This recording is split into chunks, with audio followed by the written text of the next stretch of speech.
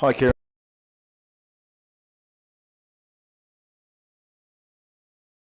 Morning team, this is Kath.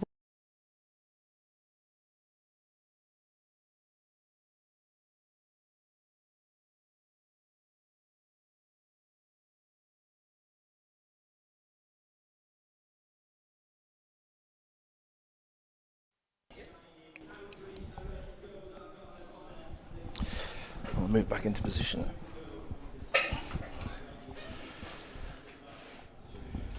Well, very good morning from Sophia Gardens in Cardiff. It is a beautiful day here in the Welsh capital, and we have got a feast of cricket for you over the next 8 or 9 hours or so, with a double header between Glamorgan and Gloucestershire. The women are on first at 11 o'clock, and then it's the men who follow at 3, and loads to play for certainly the Welsh teams in action today. I'm joined for today, both of today's games, by Kath Wilkins, former Somerset and England player. And Kath, an exciting day ahead, and isn't it brilliant to be having a double header with the women and the men here at Glamorgan playing on the same ground on the same day in front of a big crowd? Yeah, good morning everyone. It's a day of history, isn't it? And you know, the comms, if you follow on Facebook and on Instagram, they've worked really hard, Glamorgan, this week to really promote this game. So if we can get as many people down here as possible for this historical day of cricket, I think that'd be absolutely fantastic. And what a beautiful day for it as well. Yeah, it really is stunning. Really warm today, probably already creeping up towards the 30s, you'd think. And there's the Glamorgan team. We can see them just in a huddle before heading out onto the outfield, which looks resplendent here. And we can bring you the news of the toss. So the toss was won by Gloucestershire, and they have chosen to bat. So that's why you saw Glamorgan fielders there in a huddle. Gloucestershire will be on their way down the steps very shortly. And let's just tee up this game for you and just tell you sort of the context of what this means. So it's the Vitality Blast League 2, Division 2. So this is like the second tier of competition for counties in the women's game who are sort of coming through and moving towards full professionalism, of which Glamorgan are one. And Glamorgan have made a fantastic start. They currently lie second in the table. And so, really, I think they get anything from this game, and they're guaranteed to get to the first finals day, which happens in a couple of Saturdays' time. So Kath, it's exciting times for Welsh cricket, and they're certainly, I think, anything in today's game, they look like they're certainly into the semi-finals. Yeah, I think you're absolutely right. I think it's well, you know, there's a North and a South group, so Glamorgan are in the South group, and like you said, they're currently sitting comfortably in second, and anything today will see them through to that finals weekend. I think as well, they were obviously disappointed to miss out on the franchise to get it this year, but I think, you know, personally, I think it's really good to observe, sit back and observe and just see how Tier 1 goes. And, you know, they've absolutely attacked this league this year and really shown who they are, what they're all about. You know, there's some real youngsters in this team, this squad that they've got, who are new to being professional cricketers, and this is a really good stepping stone for them to then, when you get to 2027 and they are in Tier 1, it's just a great opportunity for them to see how the games are played, see the professionals that have been brought into the game. They've got a few in their squad, just so they can see what they have, the level they have to get to, you know, to be able to play at this top tier. So I think, as much as they were disappointed to not win that franchise first off, I think it's really good to just sit back, see how it all works and soak it all up, and then be raring to go in 2027. Yeah, doing so well. So second in the table with sort of 4 wins on the bounce. Just that last game against Kent, which because of heavy rain down there, I think in Canterbury, there was no play possible. But certainly they've had 4 wins from their previous games. Gloucestershire, leaner pickings for them. They're currently bottom of the table, and I think there's no chance of them reaching the semi-finals. But still, a 7-side derby, as they call it, the Battle of the Bridge. Yep. Particularly on a day where England and Wales sporting rivalry is at fever pitch, with the football coming up at the Euros later on. So, you'd expect that Gloucestershire would want to really go for this. They'd love to get a win here. Yeah, definitely. And I think, you know, again, there's quite a lot of flex in these two squads, actually, because a lot of the Gloucester players have been in the academy and vice versa. So it's really good for, you know, they flex some of the players across the two squads. But, you know, Gloucester are going to come out. They've got something to prove. They want to do well here today. Won the toss, absolutely right to bat first. It looks an absolute treat out there. So I think they've got a point to prove as well, to show, you know, just the depth and how good their squad is. The captain speaking at the toss, you know, she didn't want to pick out any player, and she rightly said that, you know, all of the players in the squad deserve their position here today. And yeah, I'm hoping for a really good contest. Yeah, quick look at the Glamorgan team, which is on our screens now. So any names you'd pick out there? I think, you know, for me, there's a couple that are on debut. Well, they debuted last week, but obviously it was washout. So Animation and Rose Evans making their debuts onto the field today, which is exciting for them. I think for me, always Lauren Parfitt's the standout, the captain. She's come through the Wales ranks. You know, she's absolute Wales through and through. And you know, if you do want to go onto the Facebook and Instagram pages of Glamorgan, there's a really good interview with her and also the head coach, Rachel Priest. So do go and take a look at those. And just the insight of coming through the ranks and just for her saying what a historical day. She never thought this sort of day would happen, that you'd be in a position to be playing a double header at Sapphire Gardens. So, yeah. Yeah, no, it's really special, really exciting. As the umpires, Dean Daniels and Stephen Fields, make their way out into the middle. And here they come, the Glamorgan team. Led by the skipper, Lauren Parfitt. High fives on the way out from the school children here, who are looking forward to a fantastic day of cricket. Of course, the women's game first at 11 o'clock, the men follow at 3 o'clock. We'll be live streaming the whole thing, so you don't need to move a muscle. Find yourself a cold drink and a fan somewhere and settle back and then watch the rest of the action for the rest of the day. It should be fantastic. So, Glamorgan are just making their way onto the field.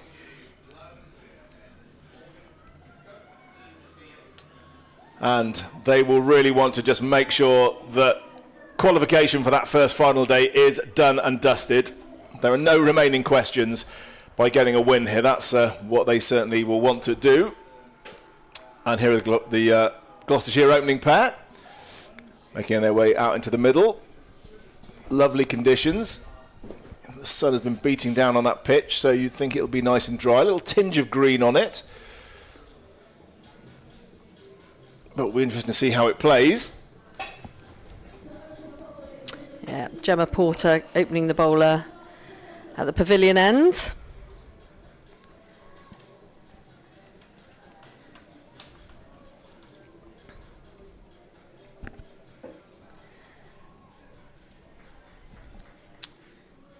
I think on strike will be Melissa Story. And Meg Ahern.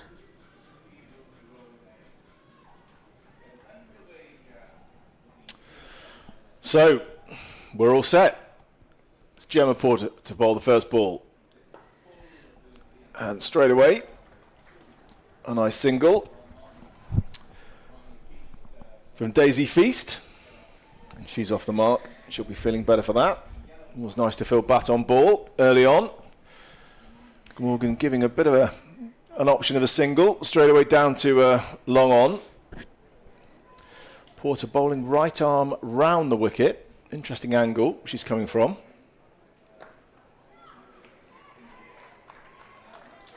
I'm always a fan of having spinners opening. I used to do that way back in the day when I played. Always used to open with spin at one end, so it's good to see it here today. Just taking that pace off straight. And top edge. Oh, just over short fine leg there. I'm not sure if she just lost that, maybe. It was Katie Cobb down there. Yeah. I think just a little top edge from the sweep. Let's look at it. Top edge. Thought she had it for a minute and then just realised, I think, that she wasn't going to get there. And a bit of an escape there for Willis.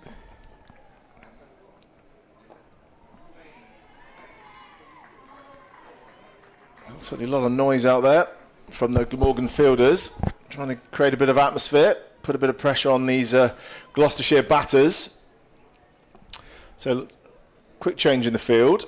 Mid-wicket's coming out and moving down to third man, short third man, saving one. So a tight ring of fielders on the offside, 5 saving 1 on the off.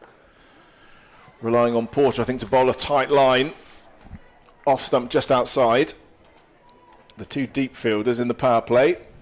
Deep mid-wicket and long on. So plenty of spaces for singles on the leg side.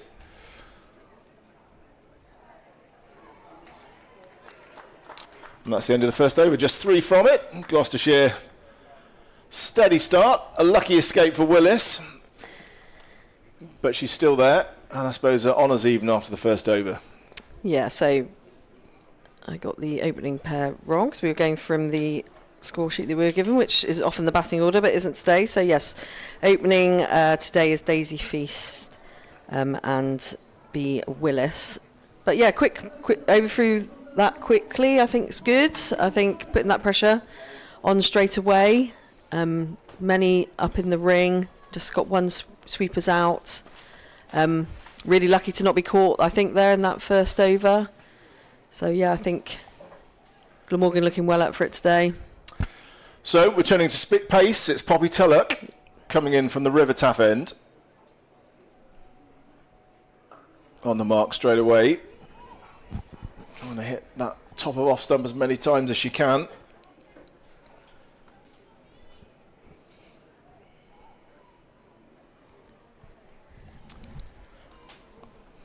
So again to the similar field. Just looking where the deep fielders are. Well, for pacers you'd expect they're sort of behind square on the leg side. So you've got a deep fine leg and a deep square leg. But everyone else in a tight circle saving one. It's very wide, that one. And rightly given. She acknowledges that. I think we feel like it's getting a bit of swing though. Yeah. I feel like there's good movement there. That did go away, that did didn't go it? quite a lot. Went a long way. Yeah. Probably made it look worse, didn't it, really? It was very wide by the time it got to Georgia Parfit behind the stumps.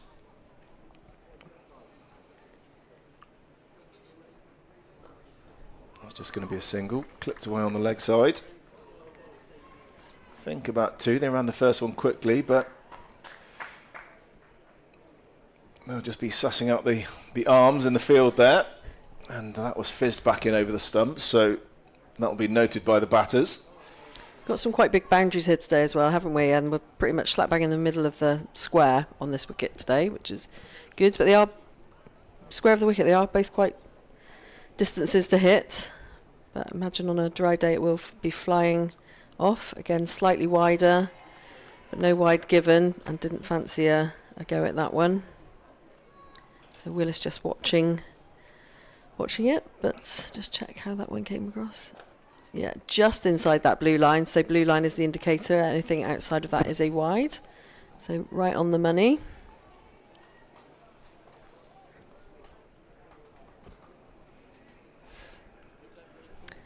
So 5 without loss. A little bit pulled. Didn't connect, but Georgia Parfit got across really well there. That saved probably inevitably 1 or 2 runs. So Willis just getting slightly caught up there. Unfortunately didn't get anything on it. So no slip in, despite Tulloch looking like she is moving it away from the right-hander. But they do have like a short third, which I guess sort of like a fly slip. One or two might fly from there if she attempts to play a shot outside the off stump. Short and slap back tennis style. Tulloch got a hand on it and did well actually. Denies Gloucestershire the run. Little tap. So I think that's Bethan Ellis fielding there. She doesn't have a number on her shirt. But I think that's her at mid-on who just fielded that. So Willis 2 from 8 on strike. Swings at this one, nice looking cover drive. They're going to have to hurry. A direct hit would have been close. Just missed. And they scramble home for a single. Let's have a look how tight this would have been. It was a nice looking shot. I think it would have been tight. Yeah. Didn't really run a bat in. I think she probably felt that she was confident she was there. So at the end of the second over, 6 without loss. Steady stuff so far. Yeah, I think she didn't realise that obviously that was straight to Lauren Parfit to her left-handed throw, so she didn't have to even get round that ball. So I think when she was halfway down the wicket, she probably realised that and, like I say, made her ground. But need to be aware of those things, the left and the right armers. So change of bowling, so Katie Cobb coming in. More spin from the pavilion end. Left arm. Just dragged it slightly down leg and it has been given a wide. So yeah, this is the challenge, I guess, for the batters, is when you take the pace off early on, you don't have all that lovely pace to work with to get the ball towards the boundary. You've got to sort of play a shot, and really tossing up in the air here. Katie Cobb just scrambled home. That was a good call at the non-striker's end. from Willis, who hurried down. Yeah, you've got to, obviously Georgia stood up, so you can't really move too much around your crease. Oh, just nicked that, I think. That went straight over. Yeah, has that just been nicked onto just in? Would have been a very good catch especially if it was a big deflection. Yeah, it seemed to have sort of almost got its way through. It was lucky not to be bowled in the end, really. Didn't miss by much. That one's short and pulled away, and that's going to be the first boundary of the day. Nice pull shot from Willis. It was short and was asking for it, and that's been well put away. So the first boundary for Gloucestershire here. It goes to Willis. She moves on to 8. And a bit of momentum at the start here for Gloucester now. I think, Cobb just dragged her arm down there, so it was always going down to legs. You just watch her arm here, it came down there. And then it's just, easily pulled to leg side. No fielder out there, and it's raced away to the boundary. Yeah, she hasn't got any cover behind square. When she beat that square leg fielder, that one's quite short again. Yeah. And the same treatment. That's 2 in 2 now. Cobb just dropping short here. So I think she'll be looking to try and get the ball up there a little bit more now. The captain will be reluctant just to change the field just now. You don't want to be sort of chasing the ball with your field placings, but I think Katie Cobb, understandable. Maybe on such a big day, just dropping short a couple of times. That's more up there. Yeah, much better.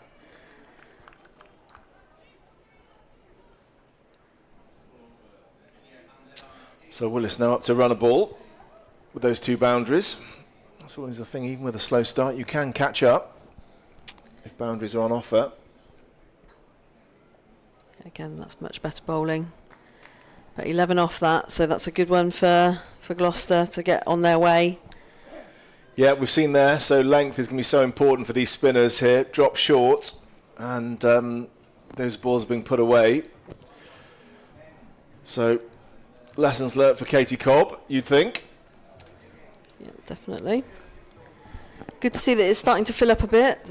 As we look out, the shady spot, which seems to be the most populated stand at the moment, will come as no surprise.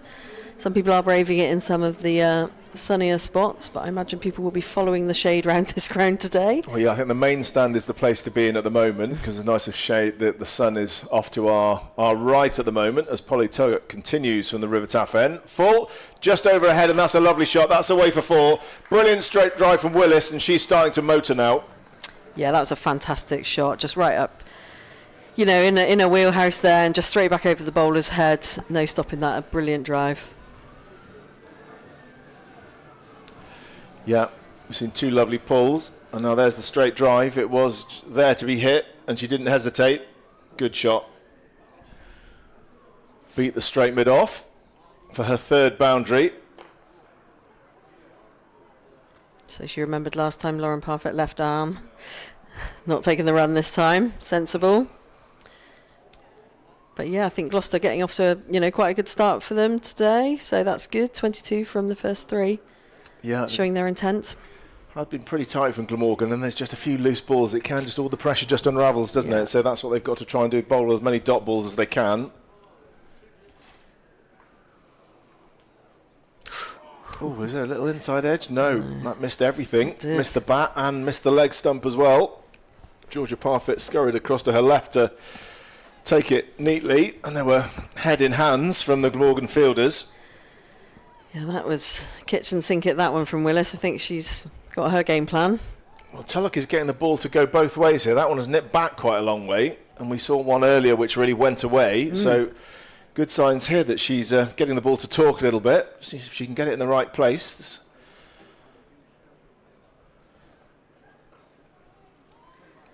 Better line. Yeah, 3 dot balls. Just building a little bit of pressure after that boundary off the first ball.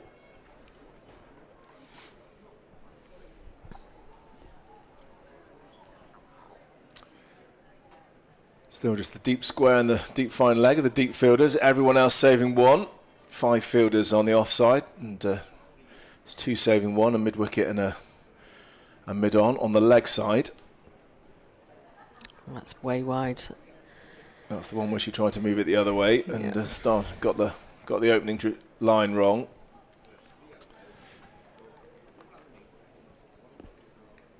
Yeah, that's outside the furthest crease line, that one. So important for Poppy to just take a breath here, just try and get a line and length back. 5 already from this over and still 2 balls to come. Just try and put a pressure back on Gloucester. It's driven. Good shot, great stop. Yeah. That's a brilliant diving stop. Saved a certain boundary, that did. Who was that down there in the covers? Is that Beth Gammon? Yeah. It is Beth Gammon, yeah. One of the best ground fielders you'll see. Absolutely fantastic in that covers area. She does seem to like, well, a few nice cover drives have been played in this so far.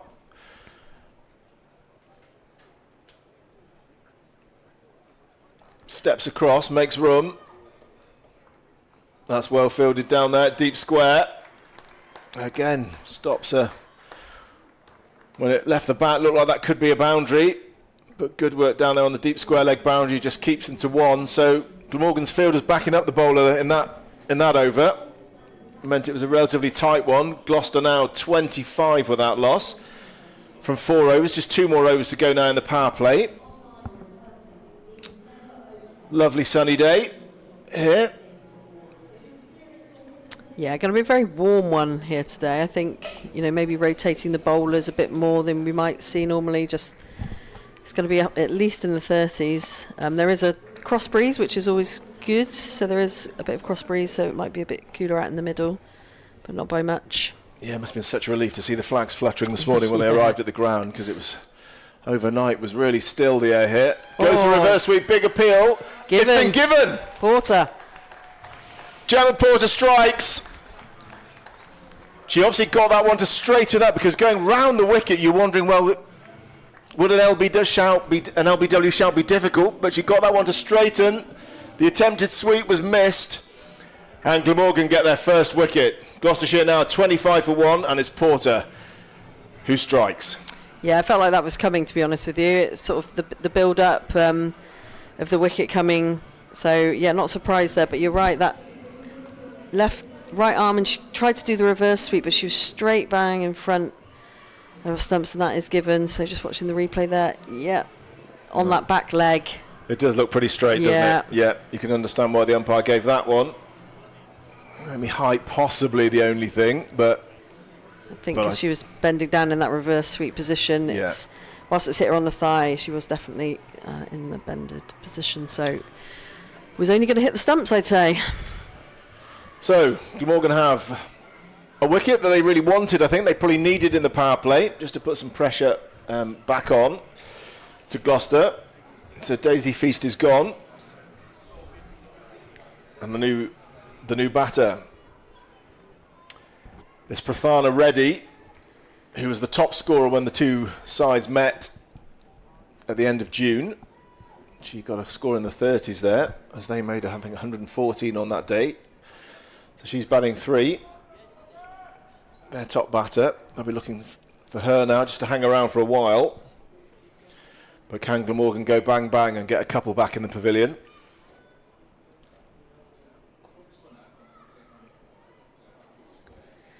Yeah, so first ball just worked off her hips down to backward square. But yeah, I think, Willis is going well. Like you say, they want Reddy to try and get herself in, but quite quickly here today, and then again start accelerating. 20 over game today, so you can't play yourself in too much. You need to get on with it quite quickly. Yeah.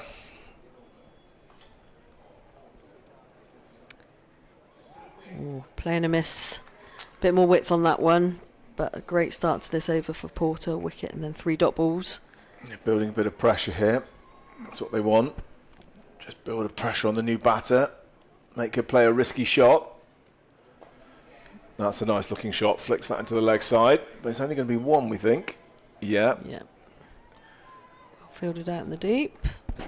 It's Anna May Shearn down there patrolling the mid-wicket boundary. Was quickly in, immediately stopped them thinking about a second. But still tight stuff from Porter here. Streaky. There's a race on now between B. Ellis and the ball. B. Ellis wins, just hauls it in and keeps them to a couple. So a good over for Glamorgan. Yep. They get their first wicket, and Gloucestershire progress just halted a little bit. 28 for 1. Yeah, it has, like I say, just slowed things down a little bit there, but I'm liking the attacking field as well from Lauren Parfitt here today. It's, you know, we've got no one really in the slips, third man area, so it's very attacking in front of bat. She obviously knows that Gloucester like to drive well, so she's, you know, putting the field in the right positions to ensure that that one, like you say, was a bit streaky. It was an edge theoretically, but no one down there. But yeah, I'm liking the attacking approach that Lauren's got in this first power play. So Katie Cobb, who we saw bowl one over from the Cathedral Road end, where she switched ends now, and she's going to continue from the River Taff end. Went for 11 from her first over, dropped a couple of balls short. That's a bit fuller. The length will be so important here.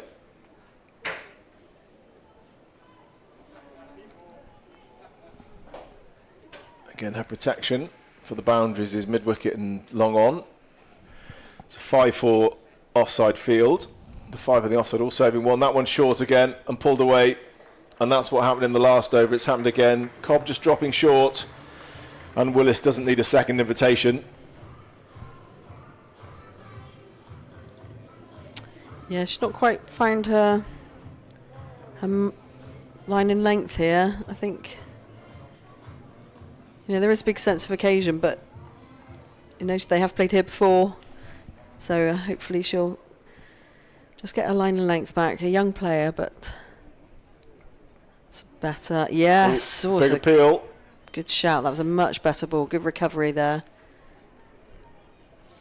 So Willis is going really nicely here now. B. Willis, she's 24 from 21. Strong rating over 100. That's what her side will want, just to get them ticking early on. And she's done a good job. She's putting away the bad balls really effectively. And there's another shortish one. Hasn't quite got the direction, I think, this time. It's well stopped down there on the boundary. Yeah, sweeper by Gemma Porter. Mm-hmm. So, needs to pitch it up here. I think that's... It's okay. It'll only be one, I think.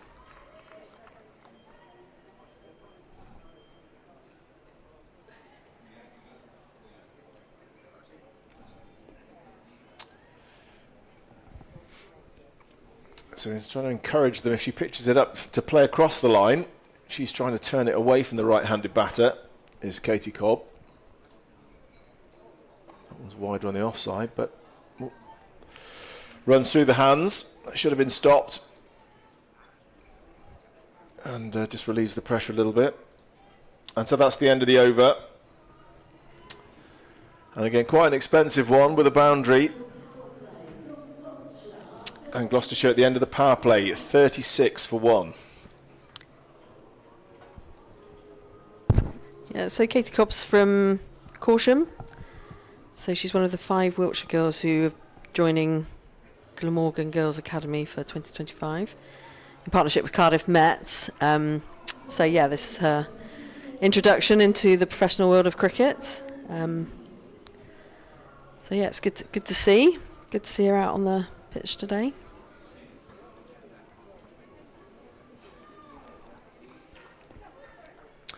So Nicole Reid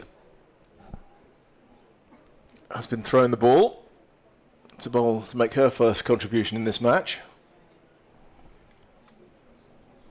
Just getting the field settings done now. Of course, allowed to put more fielders out now in the deep.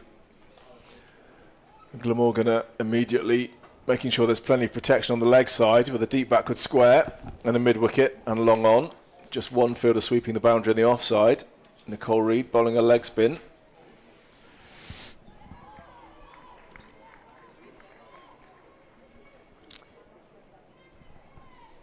Yeah, Nicole's been around even though still very young in the Wales setup. I had the privilege of coaching her back in Nice flight on that. 2013 and 14. So from when she was very young. When she was very young.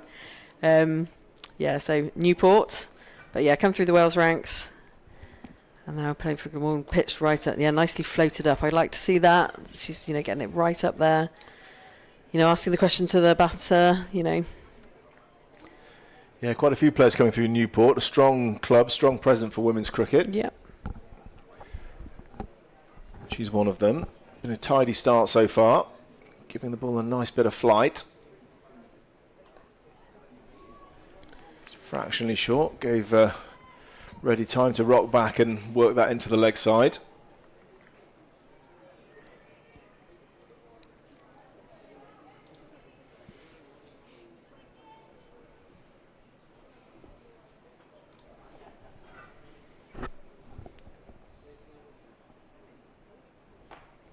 There's a little movement there. Thought about a quick single, but no, well fielded. My guess is that's Gamo down there, yeah. Yeah, well, she's no run there. She feels like the emotional heartbeat of the team there in that short cover, a bit like kind of Kieran Carlson does in the men's team. Very similar, very close in, always in the action. Drives down in the air, but there was knew the fielder was back, so it was a safe shot. And that's another single. And so at the end of the 7th over, Gloucestershire making steady progress, 39 for 1. Yeah, I think, it's a good opening. Like I say, she's flighting it well, asking the question whilst that last drive was uppish. It was very safe down the mid area, but again, batters need to use their feet on that one because she's putting it right up in the block hole, which is good. So I think we've got a change of bowler.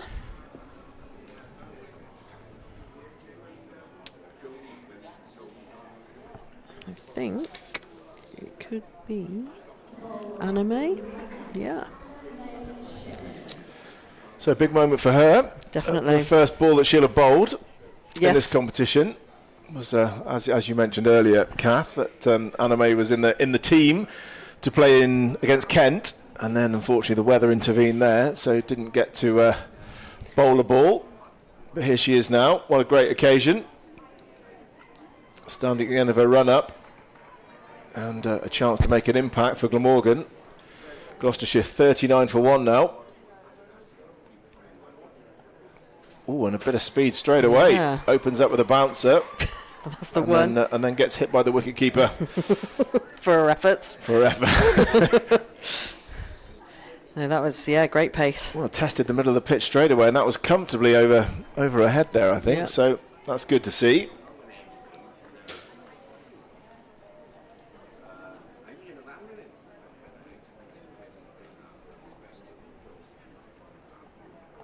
And brilliant, the bouncer Yorker double. And what an introduction from Shern. That's a fantastic piece of bowling. Has taken out Willis, who was looking so good. She's got to 28. And that's a fantastic bowling change from Lauren Parfitt.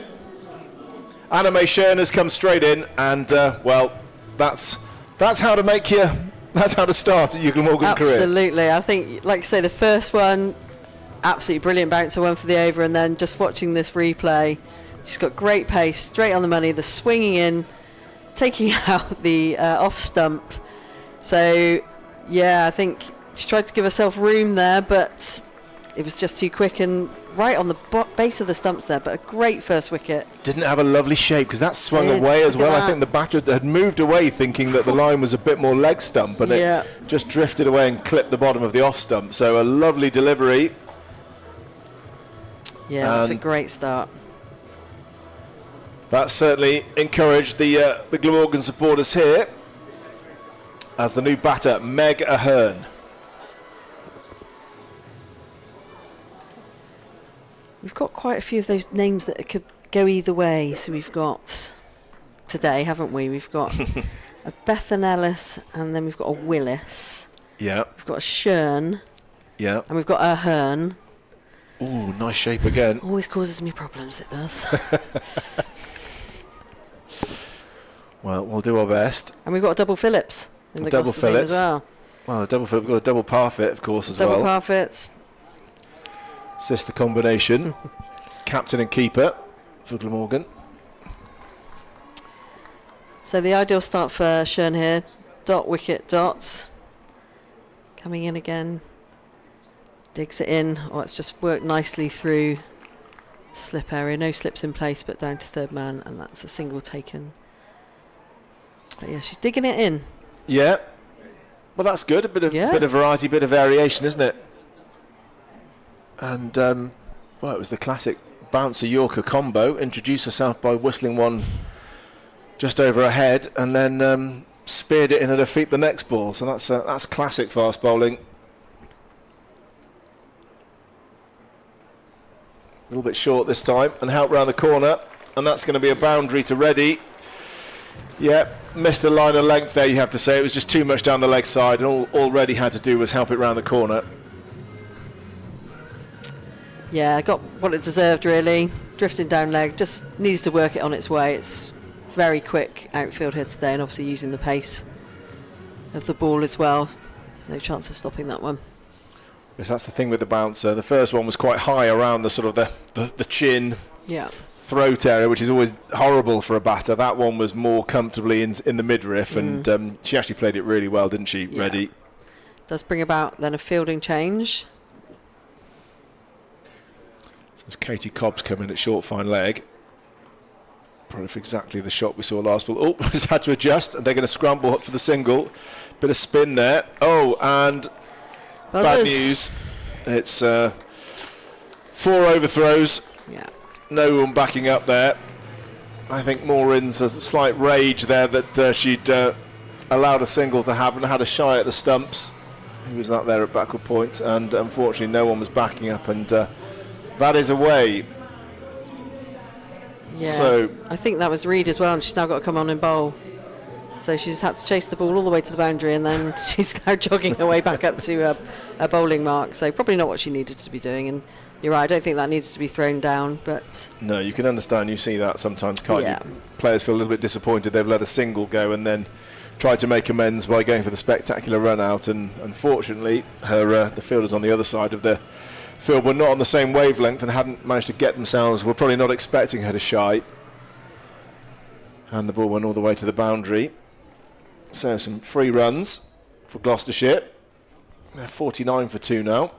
Going along quite nicely. Just over 6 and over. Ooh, looped right up there from Nicole Reed. That's nice to see, that is. I already thought about it. Thought again. But yeah, that's really good flight.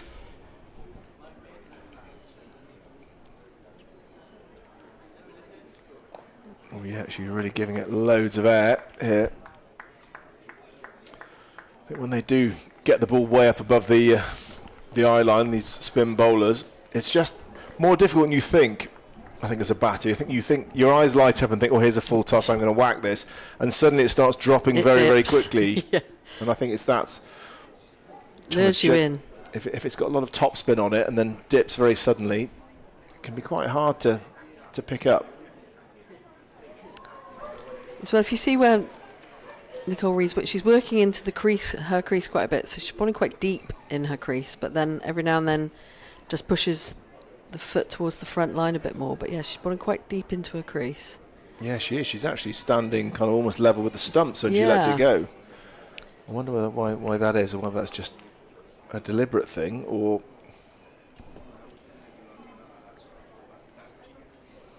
whether she has a tendency to overpitch when she throws it up, so it's actually deliberately standing a little bit further back. It's a nice shot. That was a straight one. She's almost bowling 23 yards. Yeah. Yeah, good job of her. Made contact with that sweep, but she did. Got it down to deep square for a single. Let's have a look. This was nice and straight. It would have hit. Yeah. She needed to connect with that, and she did. Ahern.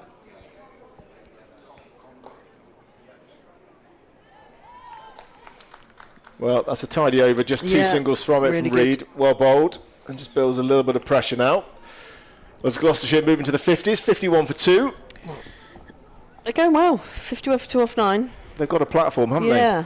Like you say, what's that up to? Nearly 6 and over. It's a good start. Again, if you build that platform, you've then got your mid-loaders, your big hitters to come in. They've got license to attack, haven't they? Absolutely. If you've got, your last 6 to 8 overs, just go for it. And you've got people waiting to come in.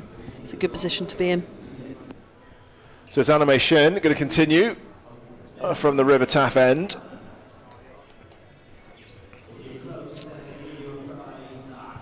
Wicket-taking start for her. Ball with a bit of gas. Looked quite sharp. Has quite a sort of slingy action. Doesn't her arm is quite wide, isn't it, when she bowls? But she's getting good shape on it. Yep. Good movement there. Like I say, moving in the air. Good bit of swing. So still getting this white ball to move a little bit as we're into the 10th over.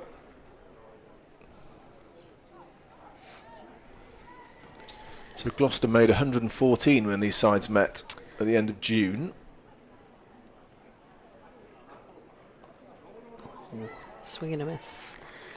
Didn't move her feet really, or she stayed planted, moved the front foot forward there. Ready. So just a swing and a miss. Yeah, I think you need to be up in the 130. They want to be up in the 130s here today. I think with the batting attack that Glamorgan have got, they obviously came up short in their last fixture. Like you say, only scoring 114 for 8 off their 20 overs. Oh, that's wayward. That's a no ball. So I presume that was an attempted slower ball or something different, just didn't come out right. Yeah, probably sweaty hands, hot day. Just yeah, well, wayward. So it's a height no ball, brings up a free hit. Dug in short, swing and a miss.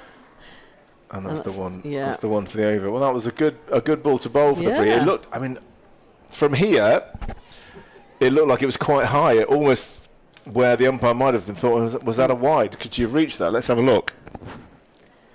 That is very high, isn't it? Yeah. That's probably over the head. I think in some games an umpire would give that. I think as a wide. Umpire looked to the square leg and got the nod, so all good. So didn't capitalise on that free hit. Well, in fact, I think on the scoreboard here it does say it was signalled as a wide. Ah. So we missed that here, but it did look like one. That would make sense to us. Yeah. So it was a wide. So we're going to have a couple of extra balls in this over now. This is going to be an 8-ball over at least.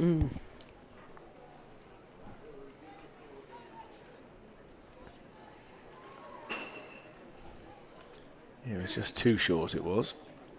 Needs to find that the right spot. That's pitched up. Nice movement. And again, and Ahern is having a go at anything outside the off stump. Hasn't really made much contact yet.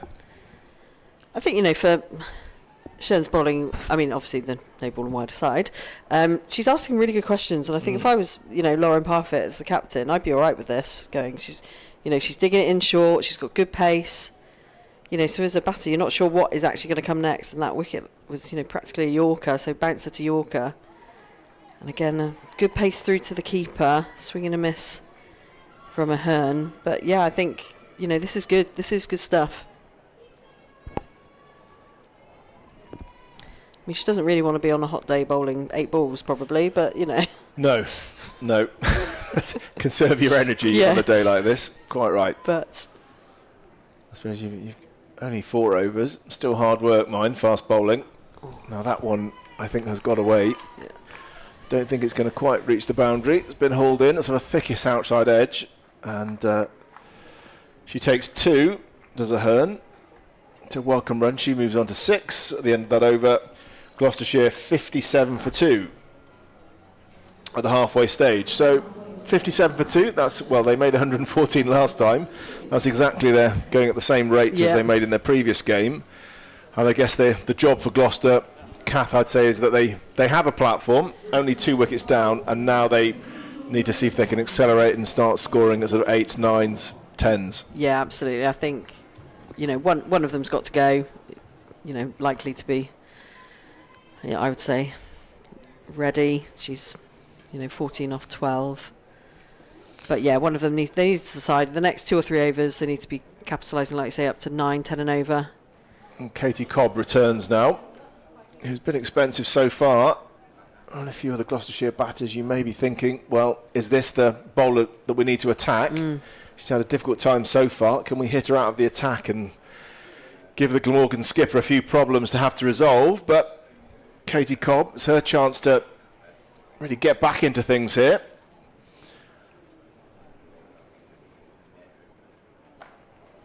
That's a better ball. I think that's what her skipper will be looking, trying to encourage her to... Nothing too short, although there's a bit more cover now. Now we're out of the power play on the leg side. Yep, so we've got 2 out on there.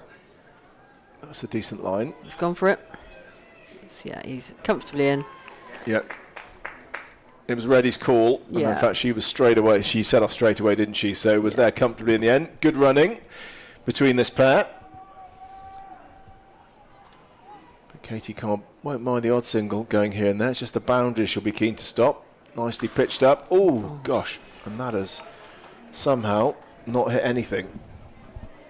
Trying to work that away, so almost run it away behind square on the offside and didn't make any contact with the bat anyway. I think it probably hit something. Oh. So good over from Cobb so far. Just 2 singles from it, from the first 4 deliveries. Better and bold. Well, that's a great comeback from Katie Cobb. She's had a hard time of it for the first 2 overs, but this over, she's got her length sorted and she gets her reward, taking the wicket of Ahern, who's gone for 7, and Gloucestershire lose their 3rd wicket, 59 for 3.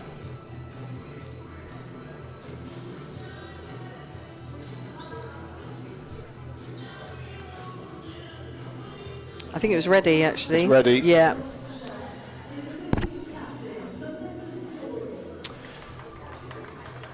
So well done, Katie Cobb.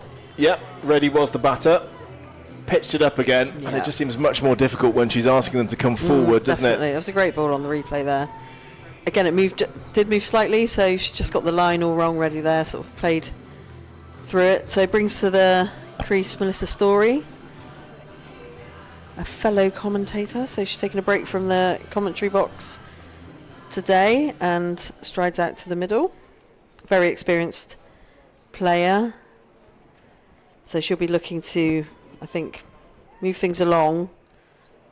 We'll certainly say to Ahern, you know, one of us needs to go here. So Cobb comes in, first ball to Story. It's just played it off upwards down to mid, but taken 1, looking for 2, but definitely only the single. Only taking the singles at the moment, Gloucestershire, not putting any pressure really on the Glamorgan throw, but it's racing so quickly, I think, to the fielders in the outfield that there probably isn't many 2s about when it goes direct to fielders. But they might have to start thinking about pushing harder for the first one to see if that turn that one into a 2. So a little bit of a breeze here. You can see the flag fluttering, which is just helping to take the edge off those high temperatures, but it's still very, very warm out there. And it's going to continue with spin. It's Nicole Reid. Oh, fair play to Katie Cobb. Quick mention for her. She'd had a hard time of it. Dropped short a couple of times in the first 2 overs, and a really good comeback from her. Yeah, definitely. I think, like you say, got bullied a bit in the first 3 overs, but that was a great ball to get that wicket. Yeah, she'll be feeling so much better to get that wicket and get a measure of control. So change of end for Reid. Reid again, like they did with Cobb, bowling from the river end to Melissa Story. It's well bowled, just played back. I think this is where things have slowed down a bit now. We've lost those wickets, broken the flow. Yeah, the run rates are creeping down a bit. Oh, in the air. I think it was that Katie Cobb again? And that's gone all the way. A valiant attempt. Oh, and she may have hurt herself. That didn't look too good as she hit the floor. Who was it down there? Does look like just Gammon, I think. Is it? They've taken her out? Cowboys, maybe? Not sure. It was a lovely shot in the end, actually nicely timed, a little bit uppish, and just evaded the hands of Cobb at short mid-wicket and raced away. So Story has her first boundary. Given air again. Nice looking shot, but straight to the Glamorgan captain. I think that's Beth Gammon out there. I think they've moved her out. It was certainly an all-action dive. Yeah. Oof. Up pitch to mid. They've gone for a quick single. Ooh. Oh. Again, she would have been struggling, She I think. really would have been struggling there. That was a great throw in. But again, they're just trying to push that pressure back the other way now. So a good 4 and then scampering a quick single as well. Trying to put Reed off her line in length here.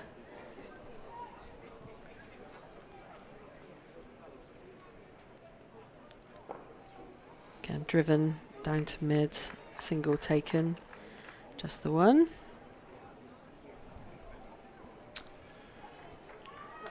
So it feels like an important passage here. Can Gloucester put on a little bit of a partnership and just start pushing on towards a total somewhere north of 120? I think that's going to land safe. In the air for a long time, but yeah, safe. Dropped it almost right in the middle of 3 fielders there. Yeah. 2 runs taken. So yeah, in the air for a long time, but unfortunately none of the 3 could get there. So that's the end of that over. But that's the 8, sort of the 8 runs and over that they need, Yeah. really, Gloucester, if you think they're going to get up to sort of 120, 130, 140 sort of territory. And there you can see the card so far. It's been a solid start for Gloucestershire as Willis really led the way. We saw from her some lovely pull shots. Anything short, she was putting it away. But then Glamorgan have fought back and taken 3 wickets, which has just slowed things down here.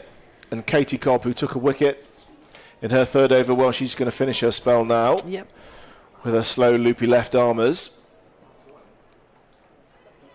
And she got her length much better in the last over. The danger for her is when she drops short, although she does have more protection now. Now we're out of the power play. So there's no fielder sweeping on the offside. So we're looking her to bowl pretty straight, you'd think. Oh yes, quickly scampered through. Yeah, again, I like this from Lauren Parfitt. Everybody up in the ring except for those 2 sweepers out on the leg side. So one backward square. So she's almost inviting them to try a lofted drive straight, or to try something into the covers. But she's bowling quite a tight. Gone for it again. It's going to be tight. Oh, went to the wrong. Yeah. Well, it was an interesting decision which end to throw to. Yeah. The non-striker really was racing down to what was the danger end there. It was Ahern who was took the call, and she was down there in a flash. So they're pushing the singles here.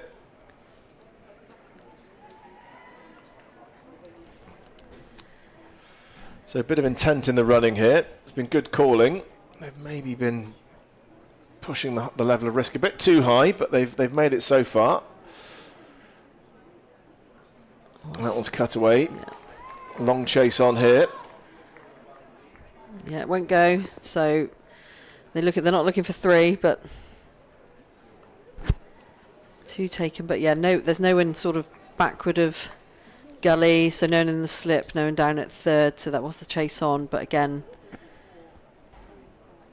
I'm liking the fielding positions. Everything in front, bar that sort of close fine leg, and then the 2 sweepers out. So they have moved someone into the gully position, and that's pulled off the legs down to backward square, but there is a fielder sweeping there. They're going to look for 2, but good throw comes in and only a single taken.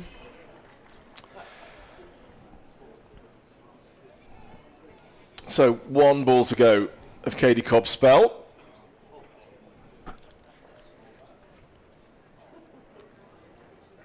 Oh. And she finishes well with a dot Well ball. And 1 for 26 from her 4 overs. It's been a really good comeback. She went for 19 from the first 2 and has been much tidier in her second spell, and got that all-important wicket as well. So well done, Katie Cobb. Yeah, she came back well there. So she got bullied a bit in her second over, but no, not bad figures to end on. And Gloucester currently 73 for 3 off 13 overs. So 7 overs to go. So what are you thinking? What's the score here then, Kath, that you think they should be aiming for? Well, they should be aiming for at least 8 and over. So they want to be up in the They need to be up in the 130s for me to even, put some pressure on Glamorgan's batting lineup. Like I say, the last game that they played, they only made it to 114. So they've still got quite a way to go to maybe get 60. Well, 8 and over would take them to 129. Yep, that would be where I'd be looking to go if I was Gloucester. If they go at their current rate, they're going to be somewhere short of 120. Doesn't feel enough on today's pitch and the strength of the Glamorgan batting side. So it's Poppy Tulloch who was open the bowling. It returns from the River Taff end.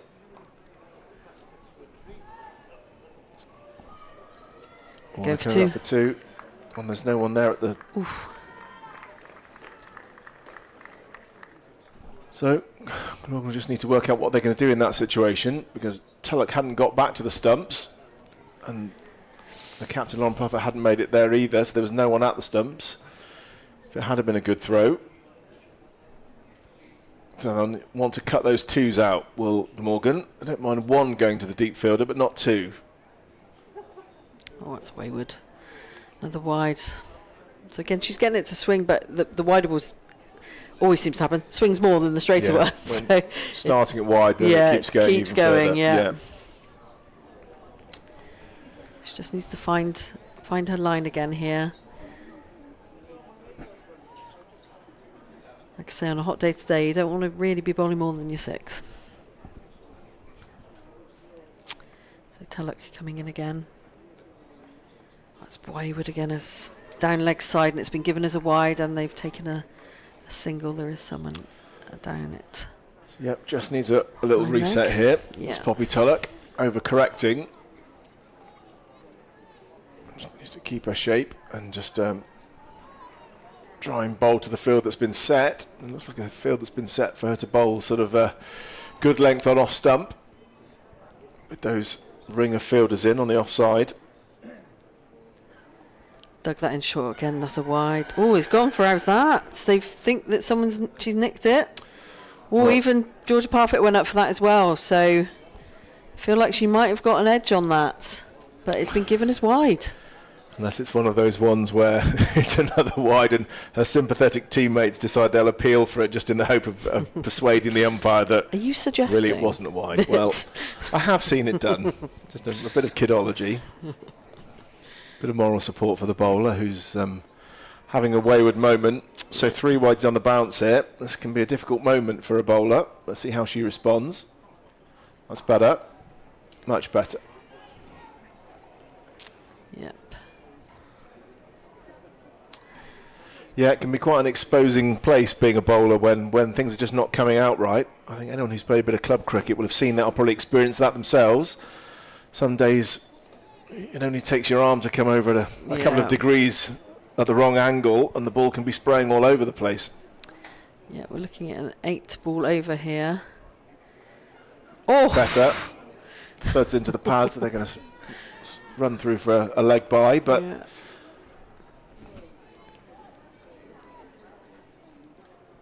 I mean, she's getting it to do stuff. It's just the consistency at the moment, which is, frustrating for Tulloch. You can see the frustration on, her face, but, that was a much better ball. So again, hopefully only 2 more in this over for her to get through. Yes, it's driven. Better ball. Oh, backing up. Yes.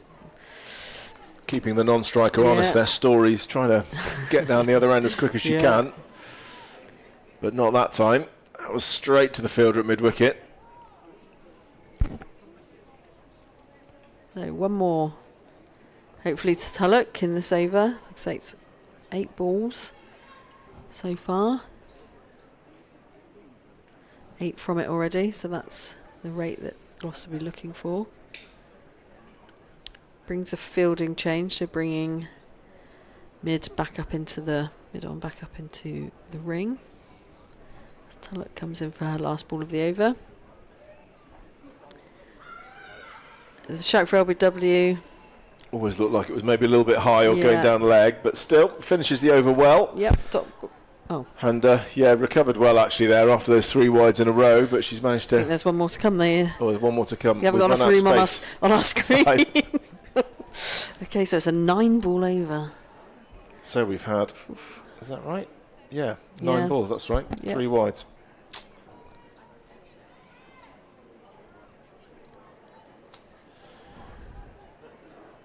So these two are just ticking things along.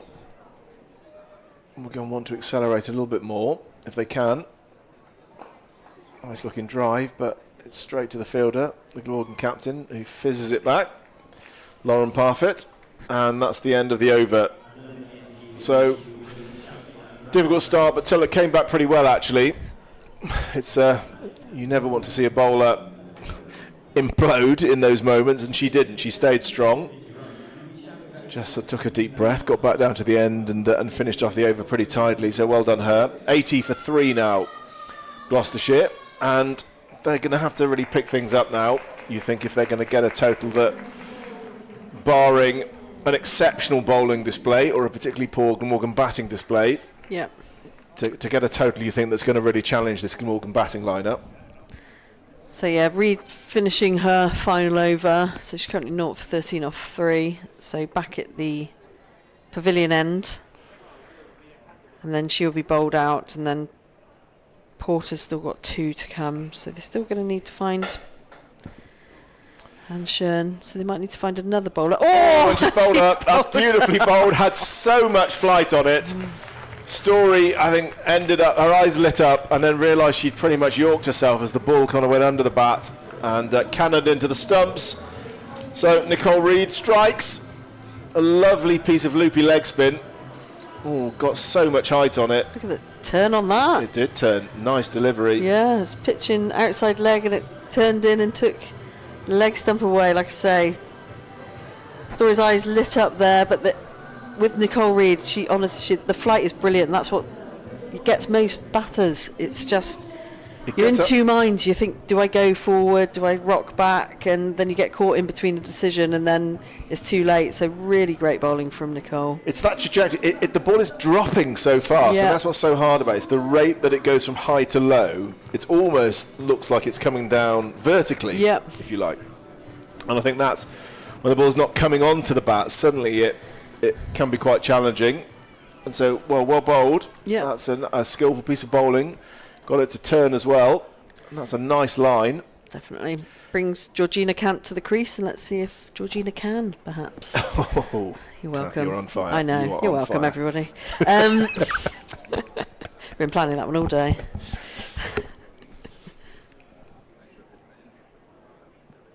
Good start. Oh, top edge. Oh, and she's coming. As races through for a single. Well, moral victory again for Nicole Reid there.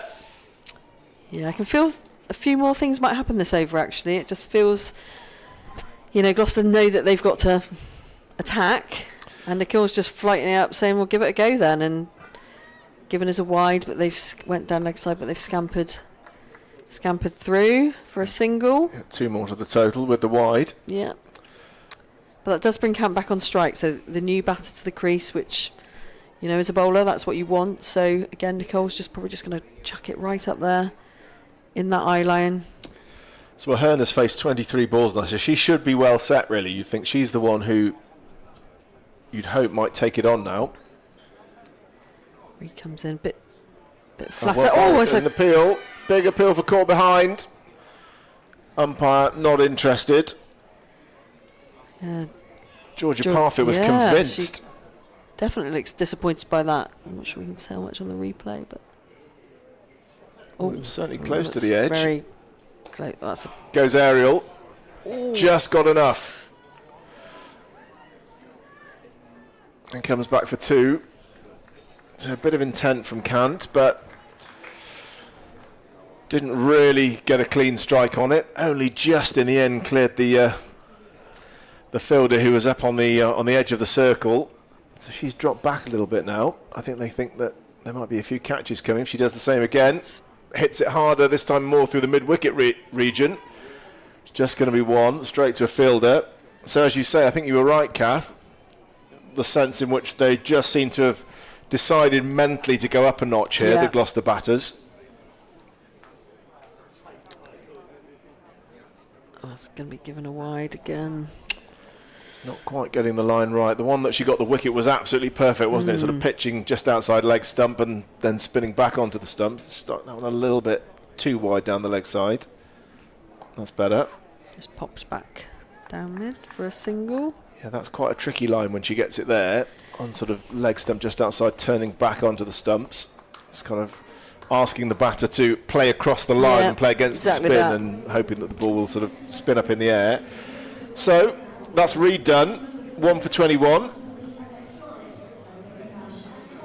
The spinners have come back well, actually. She probably deserved a bit more from her stint, actually, and there were the chances, but they just didn't fall in the right places. But she bowled really well. You know, like I say, it's always good to see when people really flight it up.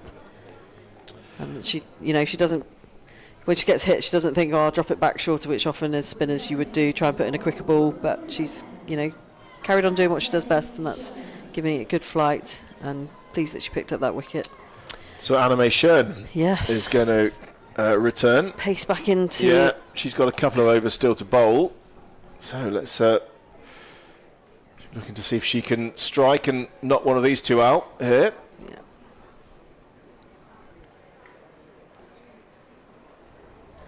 Wayward first ball, given as a wide. Takes Gloucestershire on to 89 for 4 off 15 overs. I mean, they're probably... I mean, can they get 30 or 40 in the next 5 overs? As the umpire signalled that wide, I just thought, gosh, they must be warm. And they've got long sleeve, tracky tops on. Oh, dark colour. Could be a long day for the umpires. Yeah. In this heat. That's a line. Cut away, but straight to the fielder at point. That's Poppy Tulloch there, I think.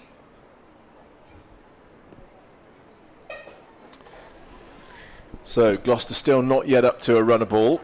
Just teetering just underneath at the moment. 89 for 4 at the start of the 16th over. And you'd think they've got to be well north of 120 to test this Glamorgan batting lineup. That's shorter, that's in the air. Now this should be out. And it is. Nice catch. Made it look easy in the end. And that's the end of a Hearn. She goes for 15. Shern takes a wicket, and and the Gloucestershire revival is put on hold again. I mean, she had to do it. You know, she is the more established. She'd been in for 25 balls, so she did have to do it. Just didn't get enough on that. It was dug in, and so it was always on the up. When it got to the batter, just didn't get enough leverage in there, and a great catch taken high in the sky on a very sunny day, but well taken. It's B. Ellis with the catch. Yeah. So, yeah, I think Gloucester in a bit of trouble now. Yeah, fingers high, Aussie style, no mistake. Yep. She watched it all the way, never looked like dropping that one. Were you fingers up or fingers down? How did you prefer to take a high catch, Kath? I was fingers up. Fingers up, me too. Yeah. Yeah, I find it much easier. You can catch it right in front of your face. Yeah. The danger is if it goes through your fingers, then you get a broken nose. But but she did that really nicely. Looked very comfortable. So a second wicket for Anime Shern. So C.E. Phillips. So we're a 2 Phillips here. So there's a Charlie and a Charlotte Phillips. So this is C.E. Phillips. Which is Charlie. Driven, gone for it. Yeah, got Probably, home, ran hard. Yeah. So it was to parfit it mid off through to the striker's end, but batter running versus ball, always going to be in the favour of the batter getting to their crease in time.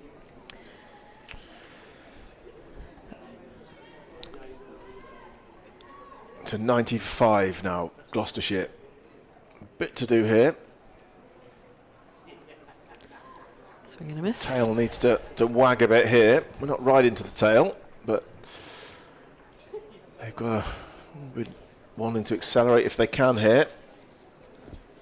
The rate has never really been above 6 for more than a few balls. I almost feel like, 120 feels like in T20 cricket, the sort of the absolute baseline, doesn't it? The power run a ball. Absolutely, yeah. Anything short of that, it's just harder to defend, and that's pulled down to mid-wicket. But Beth Gammon in there, swing it on. They've gone for the second. Bit of a, almost ran into each other there, but they got there in the end. Yeah, needed a little sidestep. Yeah. Halfway down the pitch to avoid each other, but they managed to negotiate that. Let's have a look. Oh, yeah, just a bit of a swerve. Went straight down the middle of the pitch in the end. Yeah, the umpire, I don't know how pleased he'll be about that, but nice looking cover drive. Well, that's got something on it, a kneecap or something. Thinking about two, but oh, good arm there. Yeah. Fired in. Hesitated on that second. That's the end of Shern's over. So Gloucestershire 93 for 5 with 4 overs left now, and so at the current rate they're going to be somewhere between 110 and 120. You think they need to really pick it up a bit. That's the dugout of Gloucestershire, who they've got to come. Still a few batters to come, so you'd think they can take a few risks. They've got to, you'd think, really. They've got to show intent at this stage. If they just plod along, well, Glamorgan won't mind that.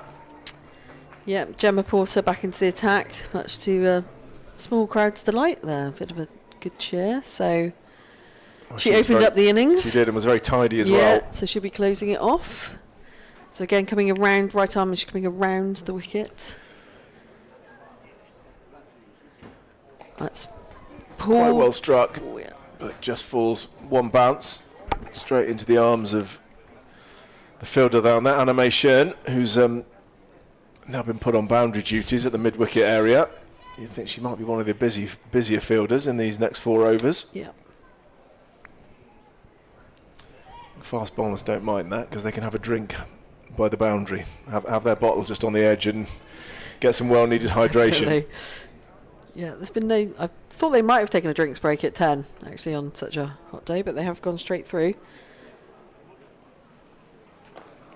Tries to pull it, just doesn't really make good contact and hits it straight to mid-on, but they take a single. I think this feels like a bit of the plan from Gloucester, just to get one a ball at least, so they are hitting and running and just trying to get that. At least that brings them to 6 and over. Ooh, under the bat. Might need to chalk the end of the cue of the bat there. Yeah. No runs, that is a dot ball. So that's good for Glamorgan, not so much for Gloucester. This Porter comes in again, good minutes. In the air, and again it's not quite going to carry. Almost. Looking for 2, or she's dropped a bat. So won't be going for 2. And that was actually a good decision because that ball was fizzed in over the stumps. I think they haven't really connected those ones where they've sort of tried to go for the big hits. They haven't got the... She's not allowing them to free their arms. That's the one thing about this line, really, isn't it? I think that the batters are not really having much where they can really extend the arms and free their arms. They're having to sort of work it quite straight or try and manufacture something with a sweep. Or so this is clearly why this line that she likes, this round the wicket line, is quite effective. Yeah, great ball. Nice and full. Brilliant over. Only 4 from it. Well, 4 singles. Well bowled indeed, and still with 1 over to finish her off for today. So that's, again, great pressure from Glamorgan. Not, like say, giving any opportunity for Gloucestershire to try and open up the arms and swing through for those bigger hits. They're being caught so tight they just can't, it's hitting higher up the bats, so they just can't get hold of all of the ball. Well, we're nearly a quarter of the way through this very special double header here at Sapphire Gardens in Cardiff today. Men's and women's T20 teams. Glamorgan against Gloucestershire. Back-to-back matches here on a beautiful day in the Welsh capital. And it's Anna May Shern to continue to bowl her final over from the River Taff end. Oh, through. That's crept through Georgia Parfitt's legs, that one. And that will be byes, I think. It is, yeah. Never good in the post-match fine session.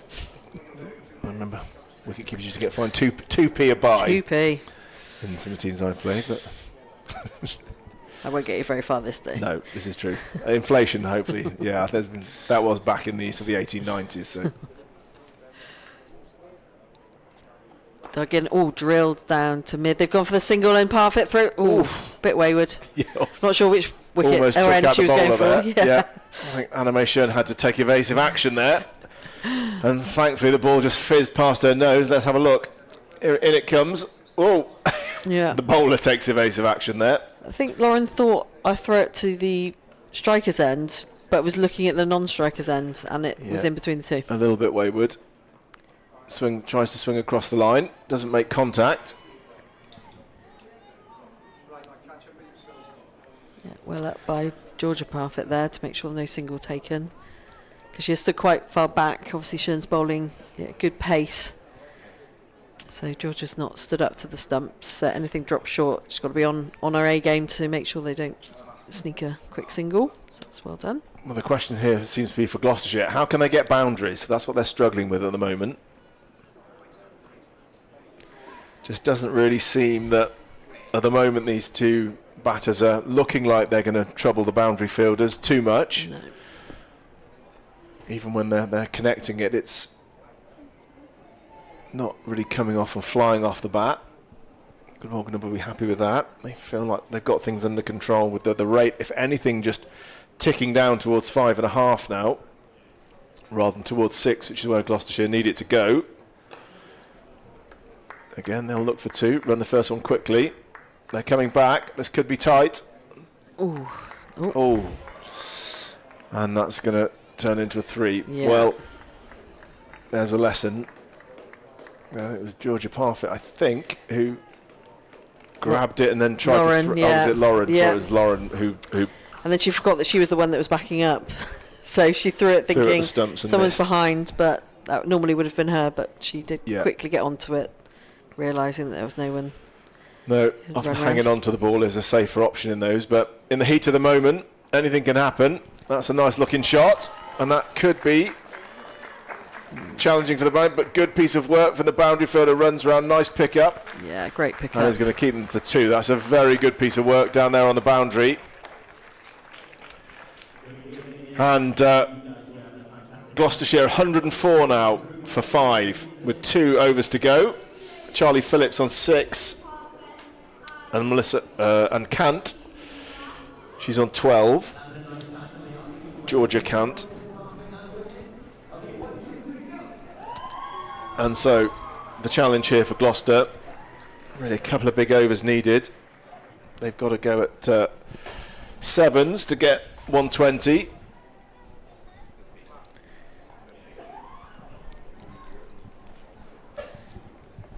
And it's Porter who's going to bowl herself out from the Cathedral Road end. Oh, again, just a whisker away from the off stump there. That angle going across the right-hander, certainly causing problems. No one's really been able to get hold of her in this match. Bowls that quite tight leg stump line and then slides one across the right-hander now and again, but not giving them much room to free their arms, and certainly hasn't dropped too many short.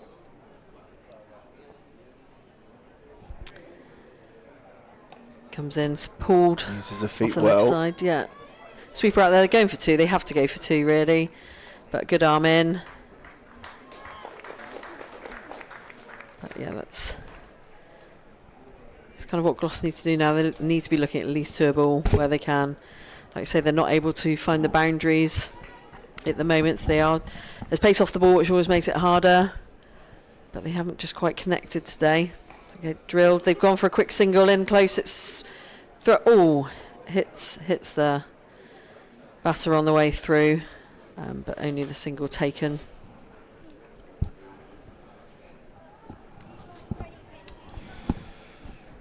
So where are the boundaries going to come from? Here, they could really do with a few boundaries. There are a few spaces. It's going to have to be a good hit on the leg side to beat those fielders who are out there. There's 2 fielders patrolling the leg side boundary. Reverse sweep, reverse. nice looking shot. Yeah. Well, that could be the one. It's racing away. There's a chase on. Great fielding. Nice slide and pick up. And again, just to keep them to 2. Yeah, I think you're right. I think unless it's dragged down leg and they sort of going more for the fine direction off pulling it, I can't see them scoring a 4 in the backward square, mid-wicket area. And certainly nothing through the covers. It's gone. Oh, it's over the top, but not going to go anywhere. It's a single, and that's, well fielded straight back in. It's only a single taken. So this, again, great over from Porter. Last but one over of the innings. And again, she's bowled really tightly, really well. She'll look to finish hopefully with a dot ball here.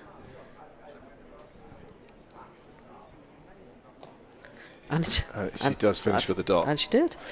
Well, that's really well bowled. Yeah, brilliant bowling from Porter. She finishes with figures of 1 for 16. Very tidy, only going at 4s. Well, it's really done a job for her team today. And Gloucestershire now 110 for 5, 1 over to go. And they'll want this to be 10 or more if they can, just to get to that psychological point of a run a ball. And they certainly want to be more than their last score of 114, so that might be in their minds as well, to not have a repeat of the previous fixture where they faced each other. Yeah, Glamorgan chased it down quite comfortably on that occasion, I think in the 17th over. Okay, so Tulloch to finish off. She'll want to make sure that she's only bowling 6 balls. I would have thought most of her overs have gone for 8 or 9 at the moment. Good pace in off the batter. They've gone for a quick single. That would be leg by George Pot. Oh, if that was a direct hit, I think she would have been struggling then. They run through for a leg bite. Let's have a look at it. I think a direct hit and she was gone. Yeah, even a better throw to the stumps. I think she would have been way out of her ground there. Yeah, a lot to do for the keeper. You have to take your glove off, pick the ball up and then have a shy. So it's... that would be a sweaty glove, unfortunately. Oh, that's again well bowled. They've thought about it, but Tulloch's quick to... It's a nice line. She's bowling sort of a middle and leg sort of line, isn't she? Sort of trying to... And they're, at the moment, not really looking like flicking it over the leg side boundary. Yeah, and for the superstitious among us, Gloucestershire on 1-1-1. Often brings a wicket. So they want to be getting off that score quickly in this last over with 4 balls to come. So fine leg is up. That may be one area, if Tulloch continues to bowl this line, where Gloucester could profit. Oh, well fielded off her own bowling. They're still going to scramble for a single, but Tulloch won't mind that. Got down well to that. Yeah, much tighter over from her as well, isn't it? Yeah, the lines are much better, much straighter. And I think that's where the bowl, isn't it? Anything short, you think, that can be pulled, well, that's possible boundary opportunity. If she bowls full and straight. They haven't really looked like driving her back down the pitch, have Gloucester. Gives herself some room. Yep, gone for it. Yeah, comfortably in. Yeah, they're running well here. They're almost, it's a singular ball, aren't they? They're running hard and calling early. But Glamorgan, I think, will be pretty relaxed about that. 2 balls left, 113 for 5. Charlie Phillips on to 10 now. Count up the non-strikers end on 16. And again, I think this is where Gloucester have struggled. They've just struggled to kind of tick the ball over to run a ball.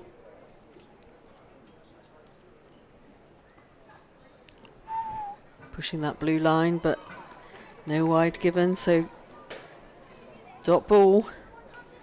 Did she try and give herself a bit of room there? I think she may have done.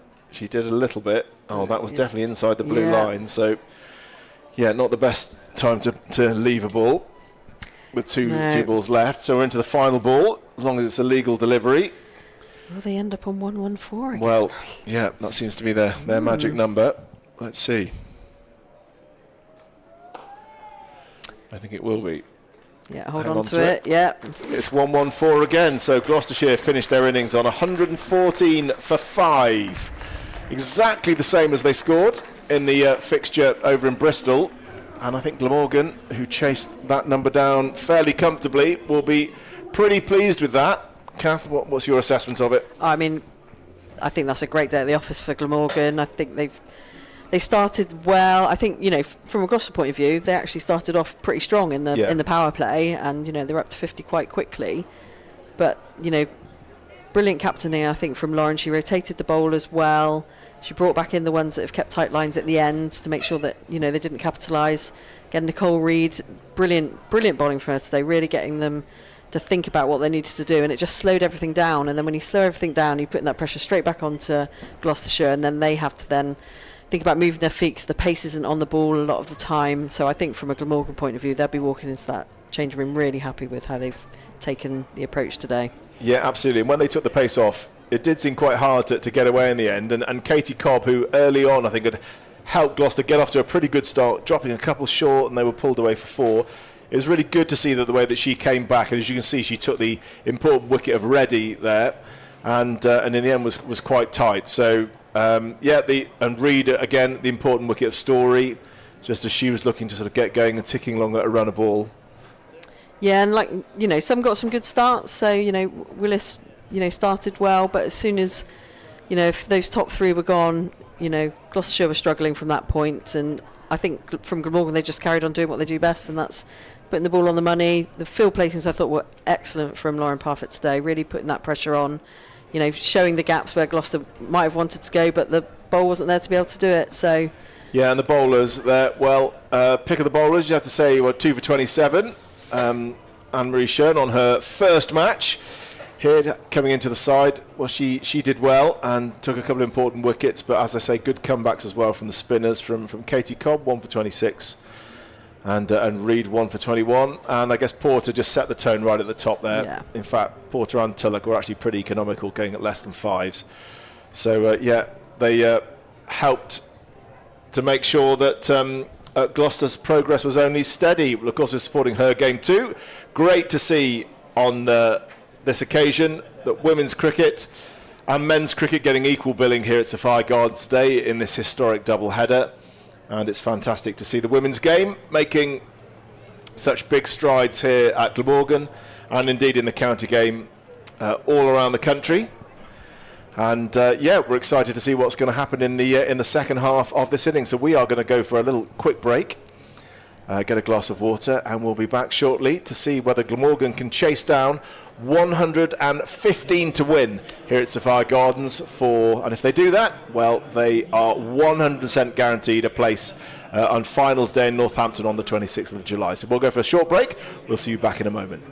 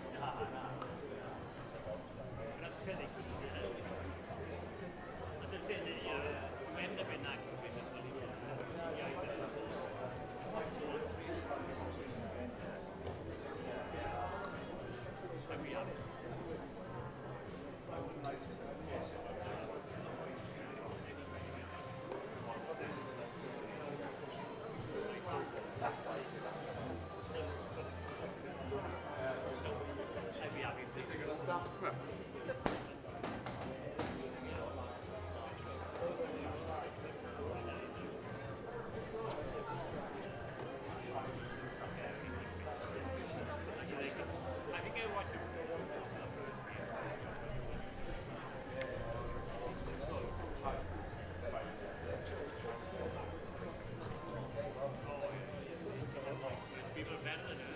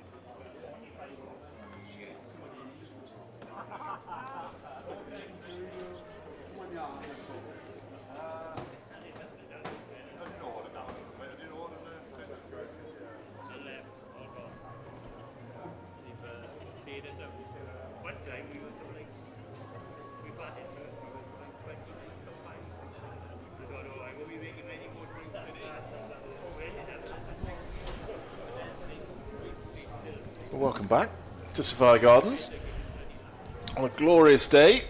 That's how to do it. Sitting outside with your lunch, enjoying the sunshine, and being treated to a full day of fantastic cricket. Double seven-side derby, Battle of the Bridge, Glamorgan against Gloucestershire.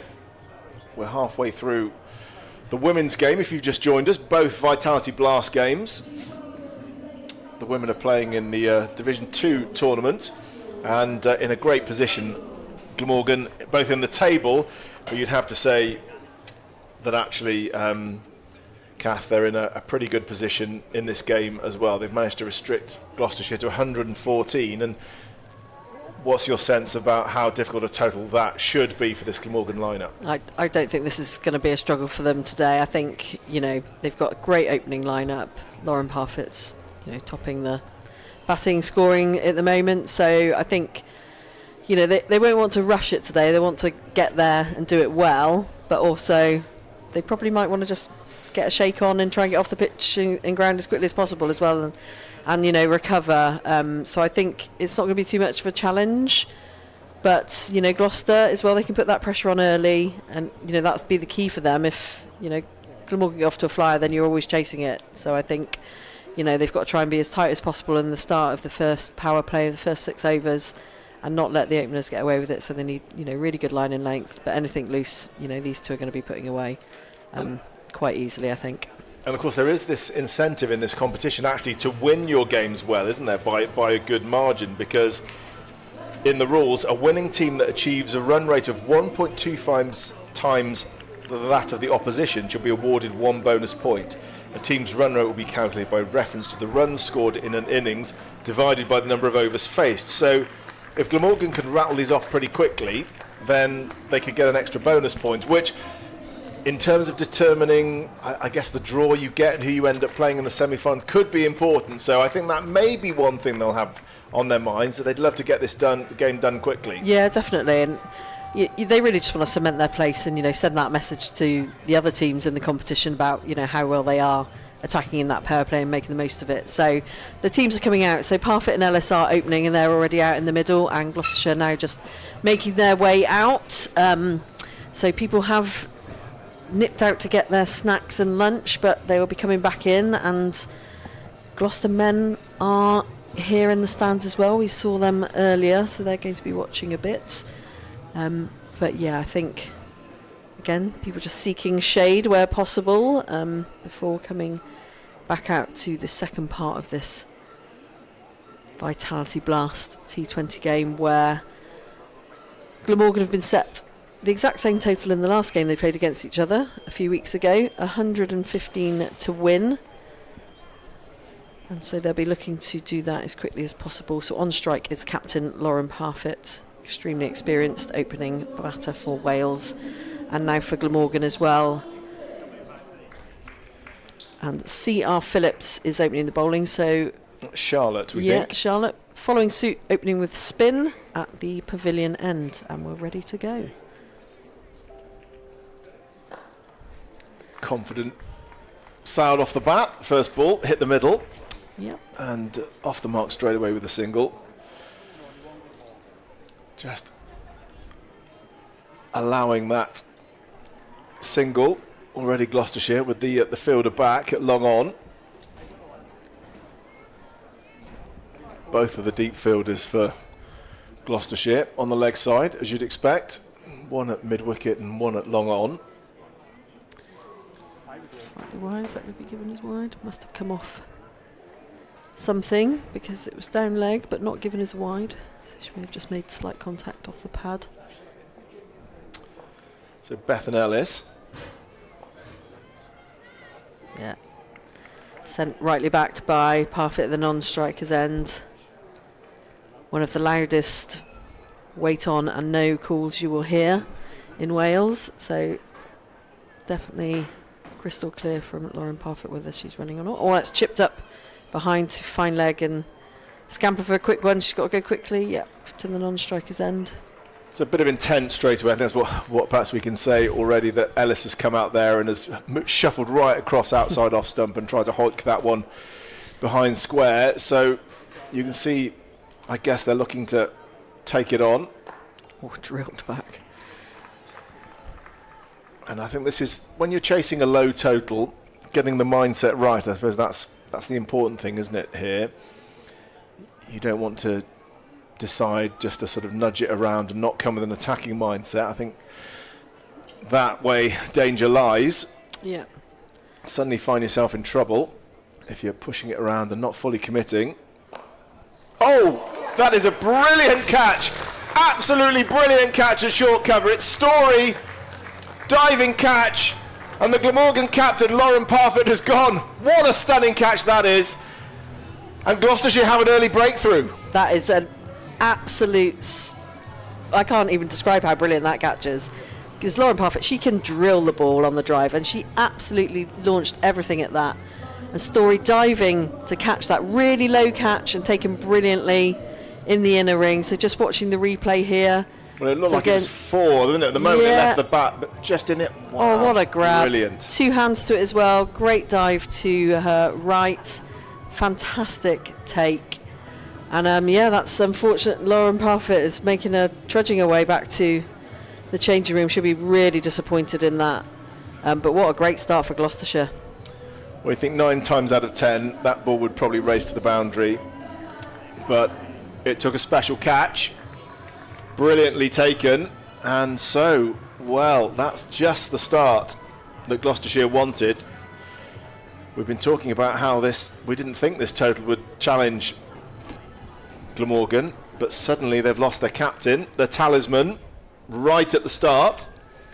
That was the last ball of the over as well, so that brings in... So it's Beth Gammon has come in, yeah. but she's going to have a little look at the non-strikers end now, as Beth and Ellis is going to be on strike. So it's B. Willis. I see B. Willis and B. Ellis. Oh, We've got Beth and Ellis, B. Ellis on the Glamorgan side, B. Willis on the Gloucestershire side. Yep. Make it tricky. They just do it deliberately to make life difficult for us commentators. So it's Willis now to Ellis. Oof. An edge. It's just going to be hauled in. Nice piece of work. Down on the boundary to stop that going for 4. Good pace that, actually. Alice Bird down there. Yeah, there is a slip in place, and that she was diving to her right. But yeah, good pace from Willis. Wow, the Gloucestershire fields will be buzzing after that catch from Melissa Story. Wow, it's the sort of thing that can just lift a team. So Beth Gammon now on strike, her first ball. Cuts, it's uppish, but it finds the gap, and she's off the mark straight away with the boundary. Yeah, just using the width there, splitting the fields. So it was uppish, but never in danger. But yeah, it's just using the pace of the ball and the width there to work it down through backward point and races away. No stopping that, straight to the boundary. Well, for a moment I thought she'd slap that straight to point. They have brought point round now, so she does need to be aware of that. They are bringing point right round into that catching position, Yeah. so still have a slip in play and, yeah, what would you call that, a deep gully Yeah, so on she's the going to ring. have to be careful cutting that she gets all of it.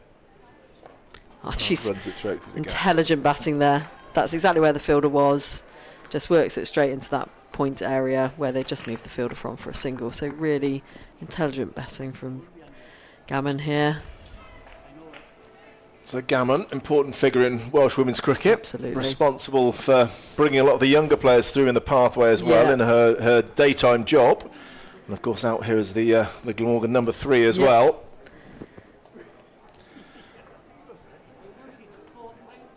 But it's Ellis on strike now. Ooh, was that a little edge or did it swing? She may have got a little tickle on it, I think. It went between keeper and slip. See what the And umpire she comes gives back here. for 2. What's he given? It's runs, I think. Yeah. So yeah, a little edge on that, and that has bisected keeper and slip. I think you can possibly put that down as a drop. Oof. Well, it's carried. Ooh. It has carried. Gosh, that was close. Diving to the left, never easy. It's one of those the keeper could have gone and didn't. And then it's one of those where I think first slip got onto it quite late. So a chance gone begging. Oof. And well played, actually. He's managed to sneak it through the gap. I don't think it's going to have the pace on it to go all the way. But Ellis comes back. She's certainly not afraid to play the funky stuff. No, definitely not. I think, if you're looking at Willis's first over, it doesn't really justify the peril that has gone on for Glamorgan in here. A couple of, chances that have gone, but, they have scored, at least 8 already off this over. And, very stepping right across the stumps there, Ellis, to play that ramp shot.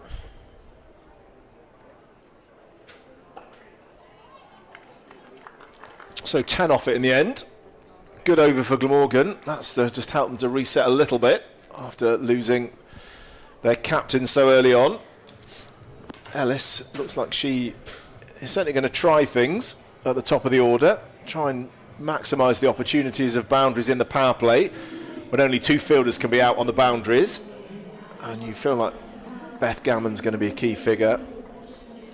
She started confidently with a nice cut for 4. And with Parfitt back in the pavilion, you think that all eyes will be looking to her. Yeah, she's a solid player, really great experience, very intelligent batter, can absolutely smack a ball as well. So she'll be not changing her game at all, even with that loss of an early wicket in the first over. She'll carry on doing what she does best. That's driven lovely drive, nice placement. It's not going to go all the way to the boundary, but it's a long chase on. They could get 3 here, 1 for the throw, which they have taken, so that's 3 very well run. Yeah, ran hard for the first 2. Yeah. Yeah, nice placement from Gammon. Again, she just moves her feet really well to just turn, a good ball into then something that she can push away. And she drives really well. And like I say, any loose balls she will absolutely dispatch. Averaging just under 18 in the competition this season so far in 20 over cricket. Yeah. A highest score of 42. That's Gammon. But it's Ellis on strike now. Driven back. Oh, thankfully, the bowler didn't get a little hand on that. Yeah. I think for a moment. Gammon was in, I think. She was safe. Gammon's heart was in her mouth, but yes, she hadn't backed up too far, which is good. She backs her pace, I think, to get down there from the non-striker's end, so it doesn't need to back up too far.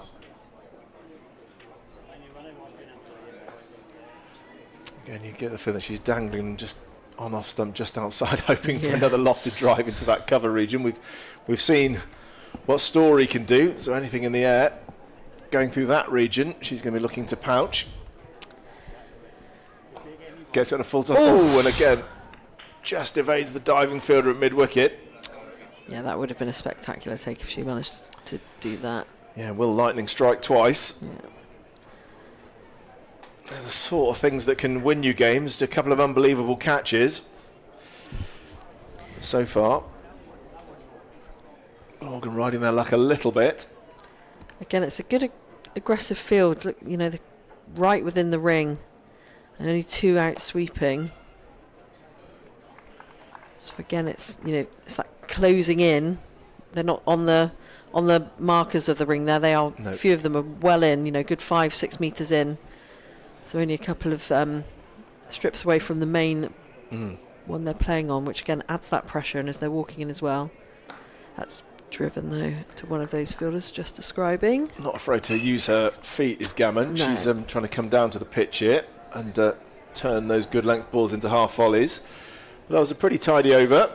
Glamorgan now 16 for 1. And certainly not running away with it in the power play here.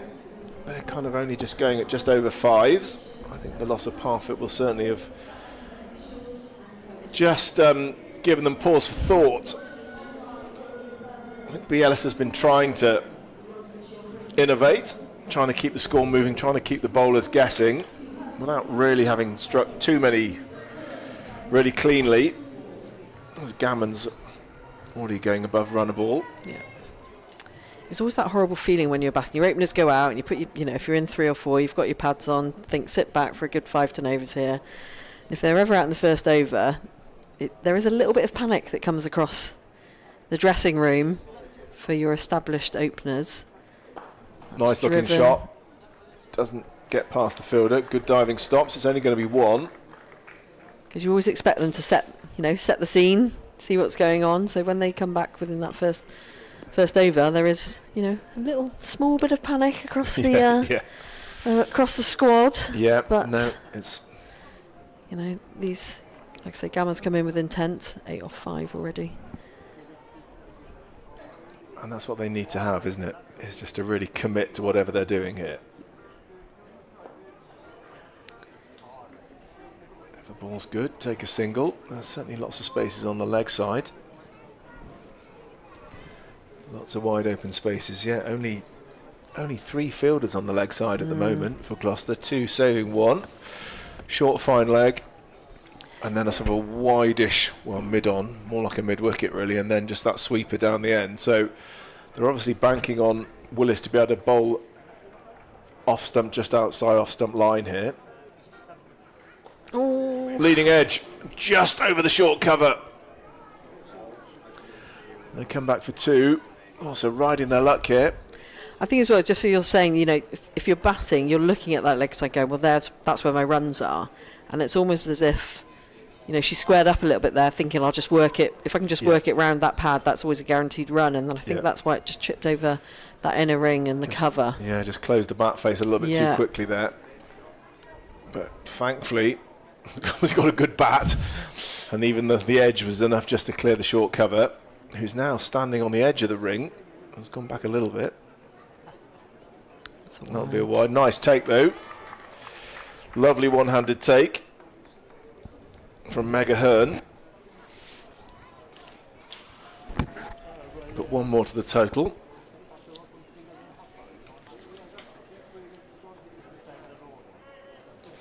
Yeah, nice left glove that. Yeah.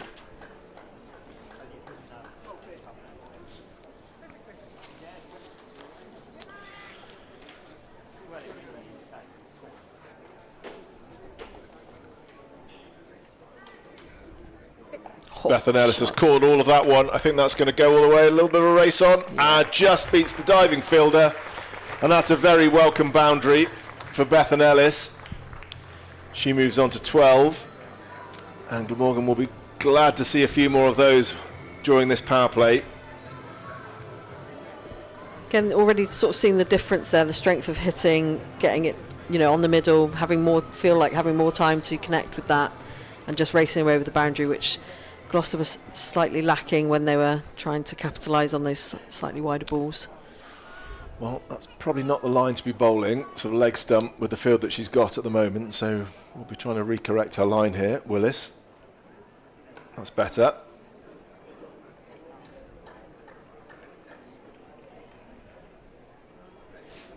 Got a tight ring of fielders in on the offside. So we'll be inviting the players to try and drive through, see if they can pierce that field, but it's tightly packed. You're going to have to thread it through or go over the top.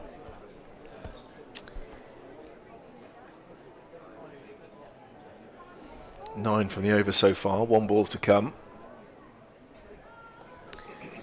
Worked off the leg side again, just wide, drifting down leg. And they've gone for 2. Yes, that's brilliant running. Well run, very well run.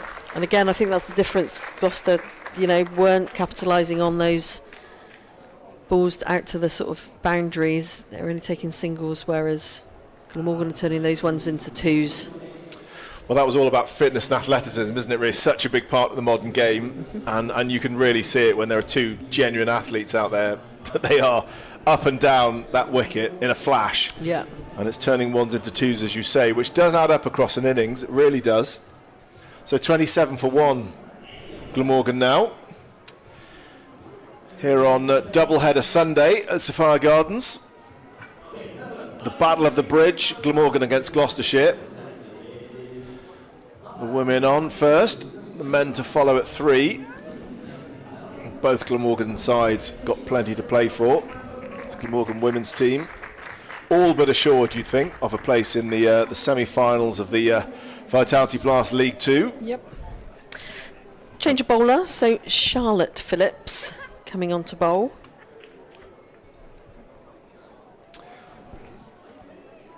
Is it changeable or is it still?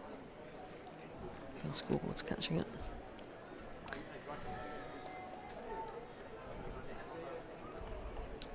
Charlotte, that's right.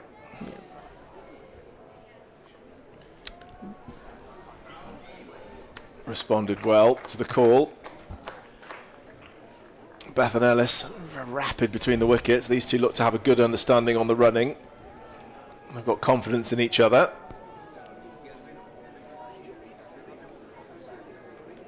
A few changes. Deep square leg coming in now into saving one.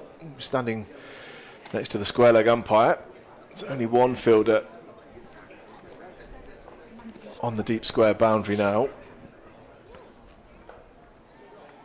A little bit quicker through the air, that one.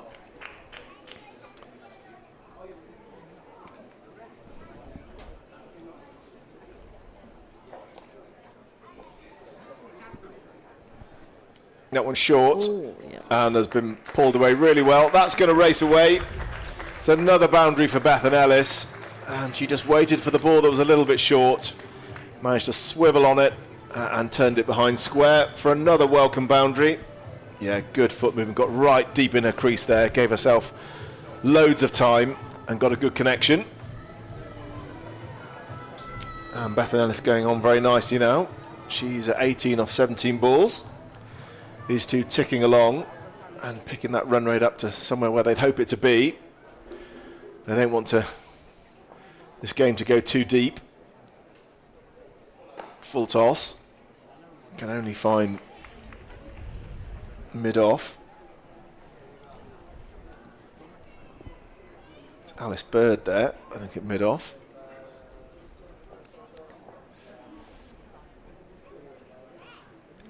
Short. A bit short, yeah, well fielded.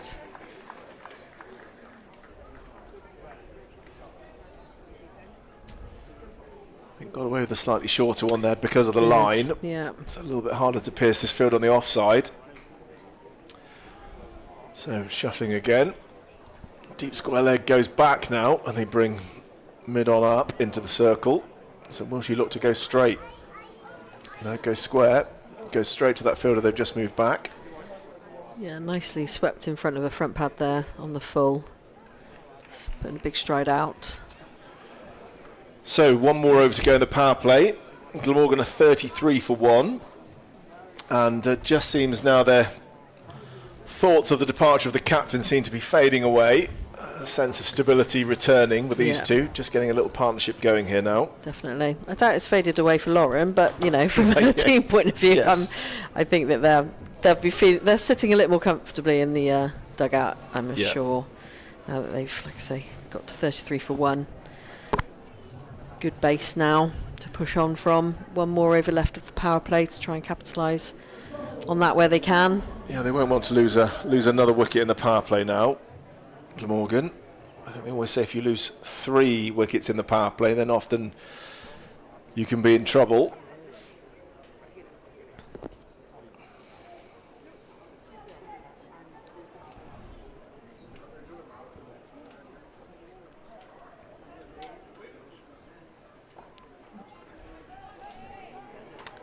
New bowler's Alice Bird. Coming in from the River Taff end. If you haven't been to Cardiff before, River Taff is a big river that runs down through the Rhondda Valley and into Cardiff and out into Cardiff Bay. Goes straight past the cricket ground and past the big Principality Stadium rugby ground as well. Oh, swinging wide. Not given. Come off these indicating, coming off the thigh pad. Yeah, that's the signal from the umpire there, just to say there was a bit of contact. I hear the Stereophonics were at the Principality last night on the second night gig. Yeah, it's been busy. Well, I went to see Stevie Wonder over in the park, just literally kind of half a mile from here on Wednesday. It's been a real festival of music this summer because Oasis. Been and gone, been and gone. Started their tour here. Ooh, Come that's right well across the played, stump. very That's well brilliantly played. Brilliant, extremely skillful from Bethan Yeah. Ellis. She's got down on her haunches and just scooped that along the floor between the keeper and the fine leg who was up. And that's another welcome boundary. Great skill, needed to make contact, how she would have been cleaned up there. Yeah, that was... I mean, Bird's bowling very wide of the crease as well, so it's almost naturally almost going down that line. And I think, you know, Ellis has done brilliant there to, like you say, step across the stumps, but just using that, the ball naturally going on that tangent and just helping it on its way. Full toss. Oh, and now we see the power. That's going to race away for consecutive fours. And Bethan Ellis is having a really good over here. Bit of pressure on Alice Bird now. Yeah, full toss this one. It was there to be hit. She helped it from outside off stump and put it perfectly in the gap between mid-wicket and mid-on. Yeah. So it's the boundaries. Gloucestershire only hit 6 boundaries in their whole innings. Glamorgan are getting close to that already. And that could be another one, I think. Yeah, it's going to race away. It's very quick, this outfield today. It's so dry, and that has gone all the way. So 3 fours on the bounce. Well, I think maybe this possibly might end up being the difference. A long way to go, but it's the boundary hitting power we've seen in the batters so far. Glamorgan are finding the boundary much more easily in this power play. Well, they're in the right place, those supporters, in the shade there, staying out of the sun as much as they can. Well, the sun will swing round to the other side of the ground before the end of the day. So I wonder if they'll make a pilgrimage over to the other side towards the pavilion to find a bit of shade later on. And that'll be a wide, I think, yeah. So pressure on Bird, and perhaps that's why she bowled the wide. Gone for 3 fours. Just fell away a little bit there in her action, and the ball slid down the leg side. So a good test for Alice Bird this. And Bethan Ellis going really well into the 30s now, and pulls that one. Again, has got a good connection on it. The ball has skipped on. Oh, and it reaches the boundary. Well, this is turning into a brilliant over from Glamorgan. And for Bethan Ellis, that's her 4th boundary of the over. And she really is motoring now. Moves on to 35. I mean, she dug that in, so it got good height, but she just whipped it off from her shoulders. Straight round there, and again, a valiant effort and chase for the sweeper on the boundary there, but...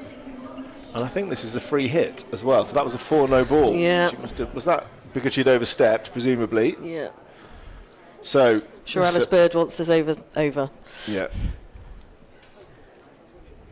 Slower ball. Oh, and that's been really well hit. It's high. Plugged. And it's just going to be a couple, I think. Yeah, 2. Yeah. Scampered. Well, what an over that is. 20 from it. Yeah. In the last over of the power play. Probably exactly what they wanted. Yes, suddenly that has given them the momentum, isn't it? They were patient, really, but then that's the over, really, they were looking for, just to sort of catapult the innings forward. 53 for 1 from 6, and suddenly the run rate looking very, very healthy. Things can turn very quickly. Only takes 1 or 2 bad overs for the whole picture to be transformed. And after losing their captain early on, these two have put on a 50 partnership. Yeah, the first wicket went down at 2, so they've a 50 partnership. Really nice stuff from Gammon and Bethan Ellis. The 2 Bethans. Big day for Welsh sport. England against Wales for Ivory. The football coming up from Switzerland later on. I think Wales, I don't think, can go through, but if they could get anything against England, that's the old enemy, they would love to do that. That's coming up later, but here a Wales-England battle right in front of our eyes as Dolman continues. Cut away hard. I think that's just going to pick out the fielder on the boundary. It is. Just a single this time for Gammon, who's sort of playing second fiddle at the moment. Not a role you usually associate with her. But is just happy, I think, to get a single and go and stand at the other end and watch her partner hit the ball to the boundary. Yeah, just looking at Dolman's stats from the one day. So she's had a best of 3 for 52 of her 3 matches. So a bit of pace, a bit wide that one though, so it's comfortably driven again. Always looking for the 2 Glamorgan, but only the single on that occasion. Got a really good arm, Caitlin Belcher out there on the boundary. She's fizzing it in, so they'll have to be careful about taking a second when she's got the ball in her hands already. She fizzed that in, one bounce into the keeper. She's a bit more work for her to do now. She's got a bit of a chase on. Yeah. She's going to get there, but it'll be 2 more to Gammon. So it just seems to be a lot of intent about everything they're doing at the moment. Yeah. In the Gloucestershire innings, there were some quiet moments where things would seem Slow quite down. flat and quiet, and the pace just died down. They look busy, these two, all the time, just busy. There's a man in the crowd wearing a rug then. I'm not quite sure. Not on his head, no. But not on his head, no, not a toupee. But yeah, and I mean... There he is. Well, Wow. that's an outstanding outfit. It Fair is. play. Yeah, very Aztec. But not sure that's the day for it. Well, maybe the thought is to keeping out of the sun. Maybe it's skin protection. Yeah. Well, Beverage in certainly hand. Very fetching. It's wide Oh, and yeah, that's a good slapped shot. That sounded good off the bat. straight over point. Oh, and a misfield out there. I mean, she's working hard out there, and she's every ball she's basically in the running, but unfortunately it has gone through the fielder and it's gone for 4. But it was, got a lot on that, and that, again, that's the difference, I think, between these two sides. As Glamorgan, when they get hold of it, it goes, and Gloucester just couldn't capitalise or get the strength to get the ball to the boundary outside of the power play. No. There's a 50 partnership as well for these two. A few questions for Gloucestershire now. Oh, again, work the other side, and that is going to race away as well for another boundary. So the boundaries are flowing now here, and Glamorgan look like they're in the mood just to get this one done sooner rather than later. See if they can pick up the extra bonus point for run rate as well. It would be a big morale boost, and also give them a chance of pushing to see if they can get to the top of the South Group table, currently second behind Middlesex.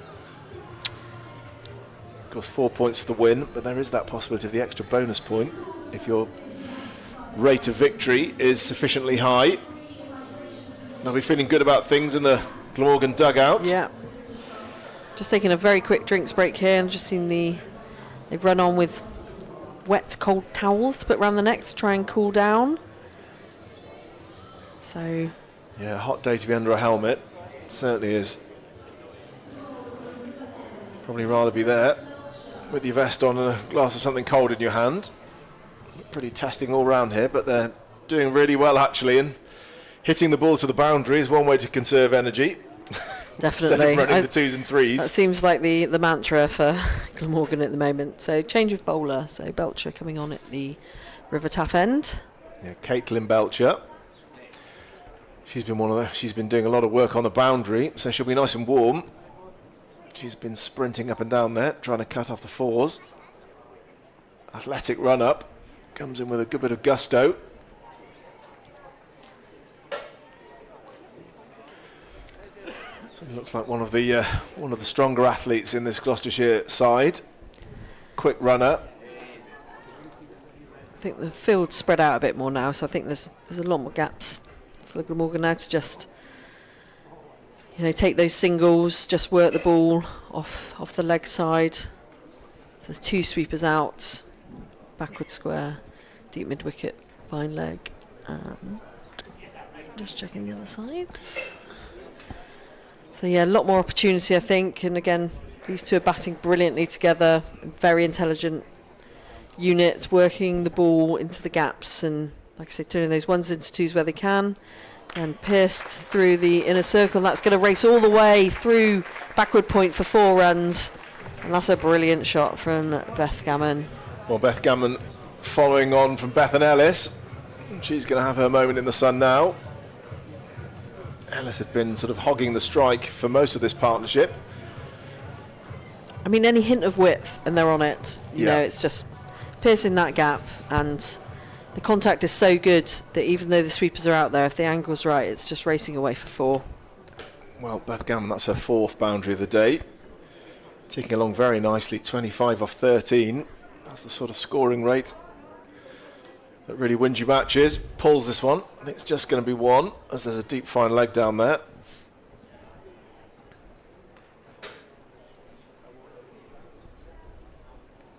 So looking comfortable now. The run rate climbing up above 9 now. These two just starting to motor. There was a sense of just trying to calm things down after Lauren Parfitt was brilliantly caught at short cover early on. But now these two getting Glamorgan moving in the right direction. That's well bowled.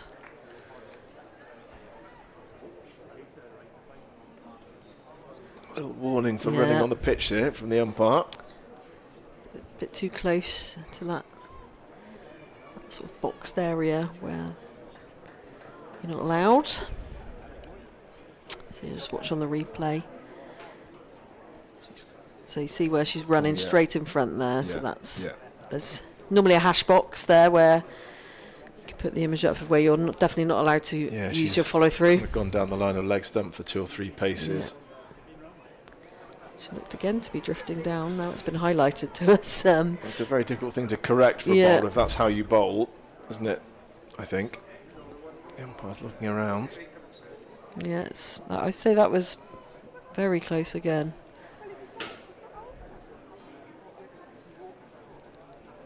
Very hard thing to correct how you bowl in the middle of a match. Maybe one of those things that hasn't been picked up too much in the past, but I guess as you move up the ranks, these things start to be picked up.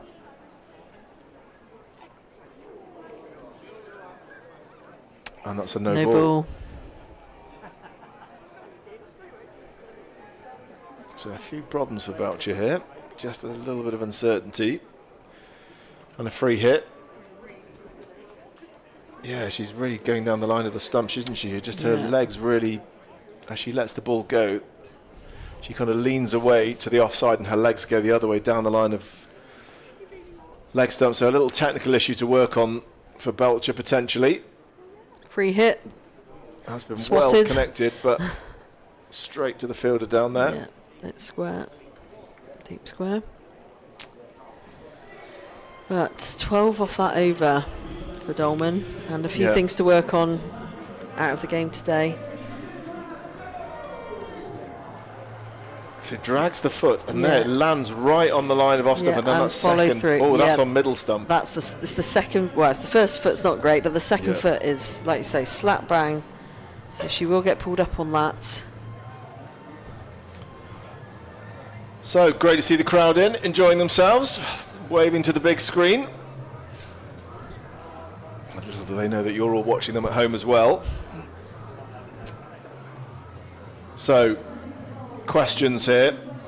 Things seem to be really getting away from Gloucestershire. They haven't had any control now for 5 or 6 overs. How can they get it back? You'd think probably wickets. Just going to do some quick maths. It's not my strong point, so bear with me while I do it. So if I see steam coming out of Kat's ears in a moment, you know what's happening. Wrong division.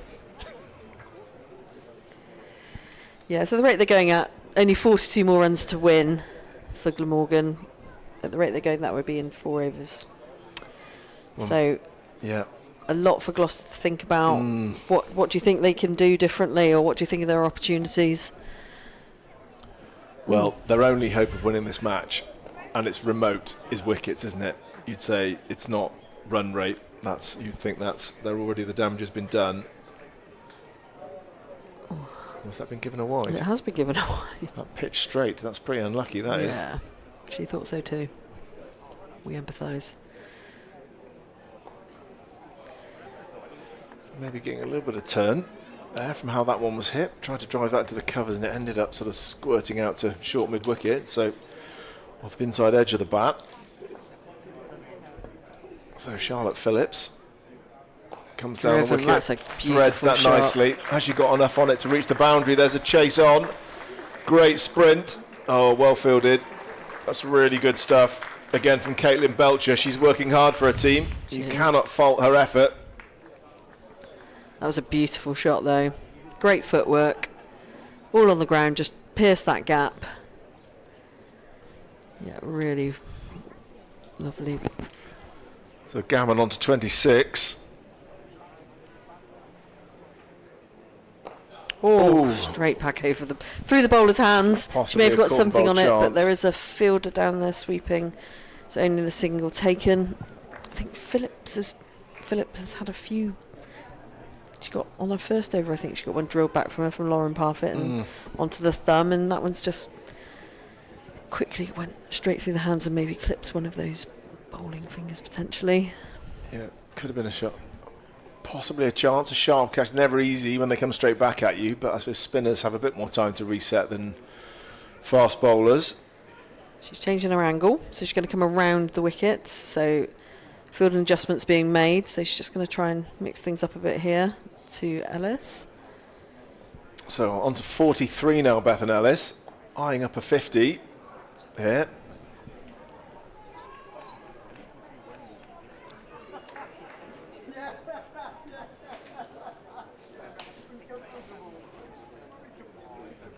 Ellis is the second top scorer. Well, I think after this game she will be the top scorer for Glamorgan in this competition so far. Before this, she was just 7 runs behind the aggregate that Lauren Parfitt had, so she'll have bypassed that already.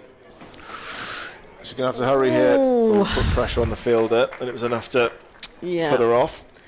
Yeah, she wasn't quite ready for that one at the non-striking end. So yeah, I mean, Gavin knew she was going, but not so much Ellis on the same wavelength just for that one. But luckily, a small misfield meant that there was no pressure to get into the ground. Yeah, bowled straight. Oh, they've gone for again a misfield. That's a. Well, I mean, that is brilliant cricket, really, from Glamorgan. They saw the slight misfield. Wouldn't normally have been a run there, just bounced off the fielder's knee, and they've just taken a really quick scamper to run through, which is brilliant.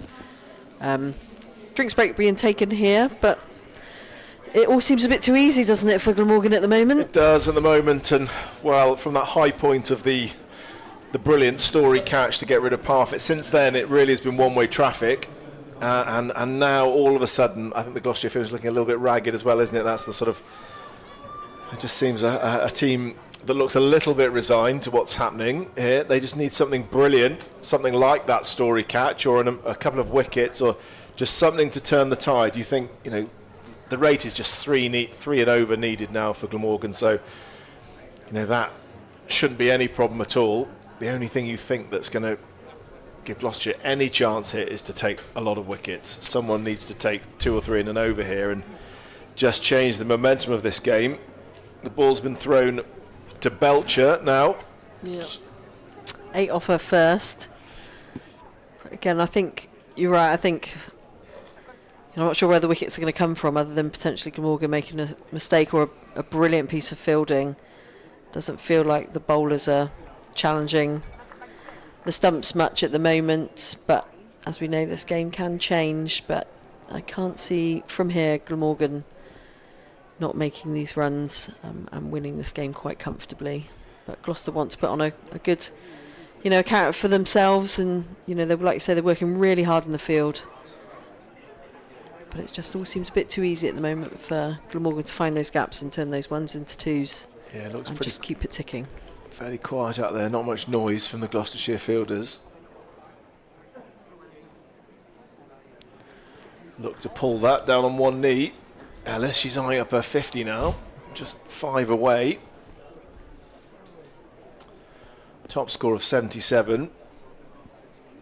So she'll be wondering whether she might get somewhere close to that. She certainly had the majority of the strike after she was joined by Beth Gammon.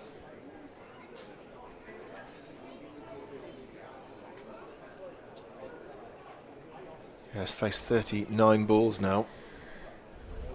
Yeah. Gammon's only faced 16, so She's really been hogging it.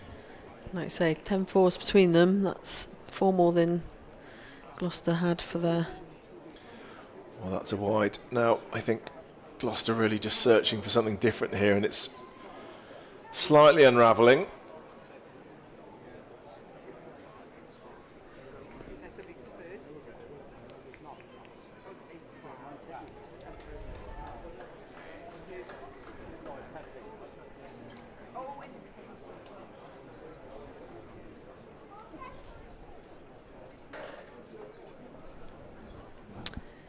Botcher comes in, change from around the wicket. Again, they'd look again, turning those ones into twos. That's the difference. Really fit players out there on a ridiculously hot day. And again, just as soon as they scamper that first one on the turn, they know the fielder hasn't even got the ball in the hand and they're already taking that second run. So that is brilliant work between these two, between Beth Gammon and Bethan Ellis. Which Bath's not quite ready, but Belcher was already into a run, but slight pause so that Ellis can get ready on 47 off her 40 balls. And she's worked that one off the legs. They think about a single, but none taken. Fine leg is up in the ring, so straight to her, so definitely no run really there. Yeah, it was Beth Gammon's call there at the non-striker's end. Yeah. I think she saw that had gone straight to the fielder and thought better of it. She's quick. Possibly not that quick.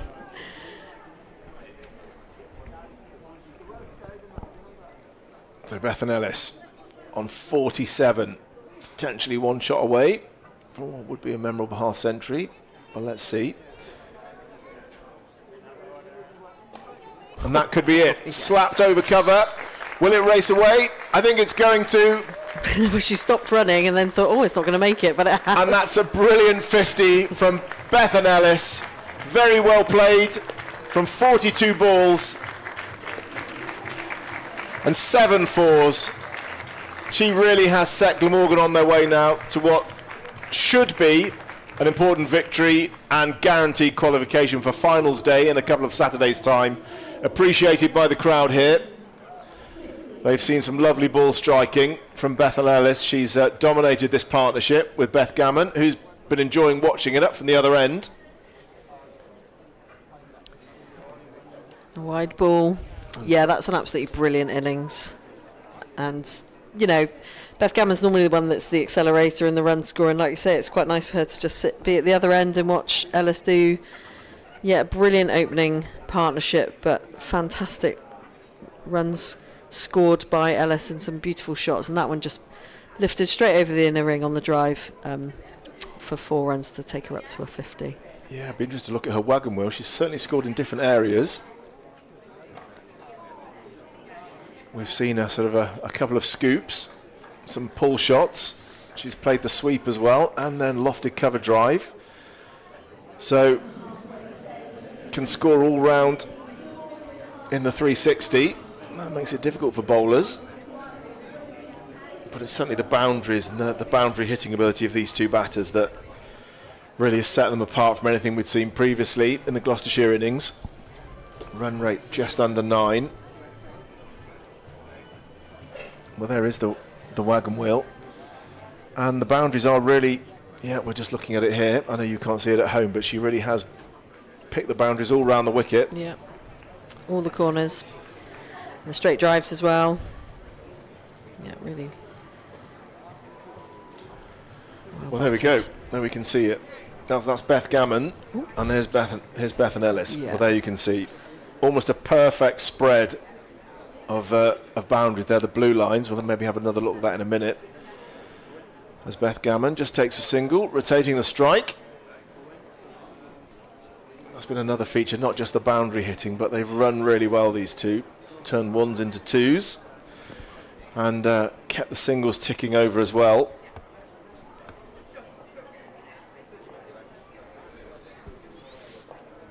A little bit of leading edge there. Tried to work that into the leg side, but in the end rolled out to mid-off. Yeah, so last over for Charlie Phillips in her 4. Oh, trying to sweep across. Front pad there, stepped across, to make room, but didn't capitalise. It feels like maybe she can play the sweep to a ball that's pitching out outside leg stump, I think. Doesn't think she can be out LBW. Same again. And clips this one though with a straight bat.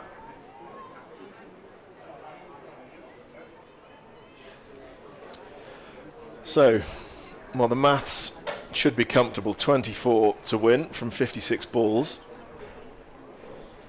Well, there should be no problem with that. Drilled down, beautifully driven, but straight to the fielder at mid-off. Remember, a bonus point on offer as well for Glamorgan if they can have a vastly superior run rate.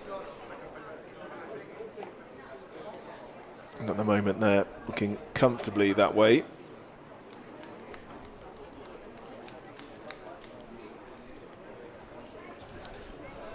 So here's the Bethan Ellis wagon wheel again. Let's have a look. We'll have a quick look. And there you can see those blue lines are the boundaries, and they're all around the wicket. So she's cut behind square, driven through the covers, 2 behind square on the leg side as well, and then those sort of 3 pull shots into the leg side too. So that's been a really nice feature, actually, the ability to score all round in the 360, all in the round, and that's what set her apart today. Yeah, and I think, it's really hard to set a field to that when they're, when the batter is just, as soon as you move a fielder, they put the ball straight through where it is. And again, as I said earlier, just really intelligent batting from Ellis today. She's just looking for those gaps, looking to capitalise where she can. And when she hits the ball, it stays hit. And I think, that's, again, been the difference between the two sides today, that strength of connection to get the ball to the boundary. So Gloucestershire need wickets. Prathana Reddy now, who batted 3 earlier on, is going to have a bowl.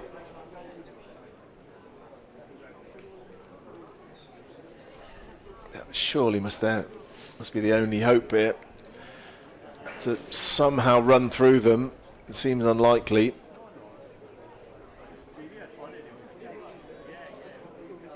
Worked off the legs. The leg spin bowler, so it's worked all. Have to. Love how fast Beth Gammon runs that first one. Runs it so quickly. Comfortably back. It's been a real feature of this partnership. Now worth 92.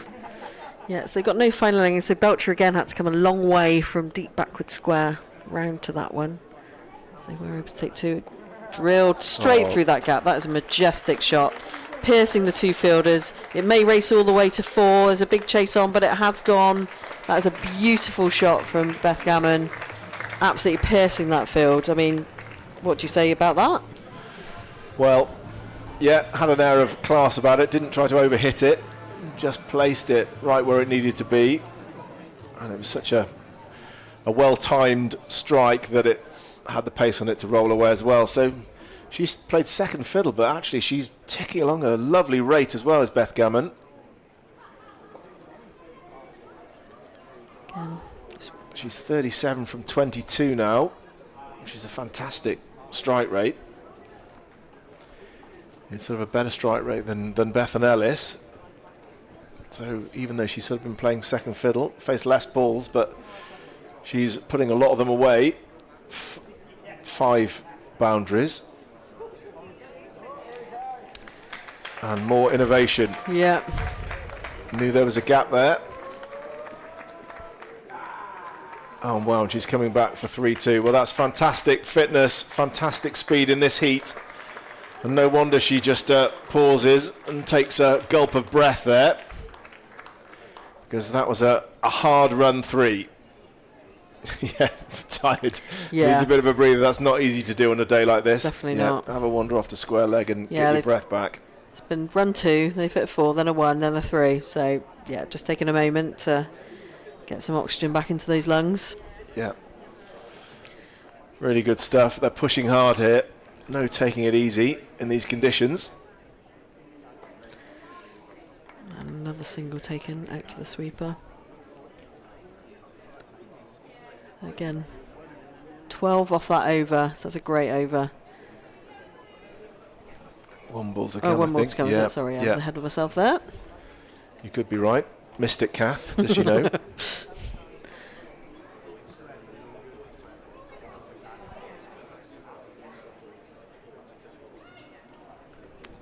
get off the legs, but fine, leg is up. So a dot ball to end. So 11 off Reddy's first over. And Glamorgan are 103 for 1 off their 12 overs. Beth Gammon on 38 off 23 balls. And Ellis 55 off 48. And the partnership of these two as well. You know, losing that first wicket in the first over. But these two have just come out and batted brilliantly together. That's a 100 partnership, isn't it? As I look at it now, 100 partnership. I think the wicket was lost, were 2 down when the score was on 2. So a partnership of 101 between these two. Brilliant stuff. Sorry we missed that the first time round. On this special double-header day, don't forget there's another double-header on Friday, if I can say that. Another double-header on Friday. Now that's a new tongue twister for you. Here on Friday, tickets are available at glamorgan.com, glamorgancricket.com, I should say. Should be a lovely day. That might be the last day of term for a lot of pupils. They might have already broken up, so why not come down with a family to watch the cricket? A lot of guys from my club are certainly doing that on Friday. This is Charlotte Phillips back into the attack. Just have to check the CE in the CR just to make sure we get it right. So it is Charlotte Phillips.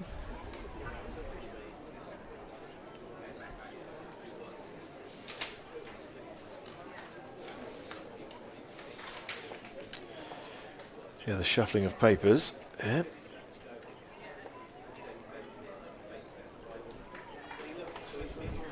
Just checking the next fixture for you on Friday.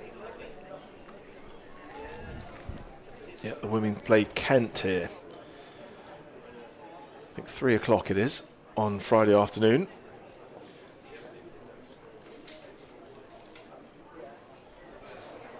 Oh, that's well stopped.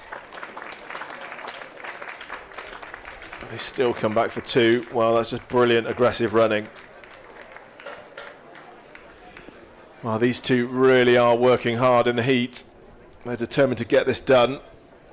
Only in the 13th over and just 9 runs to win now.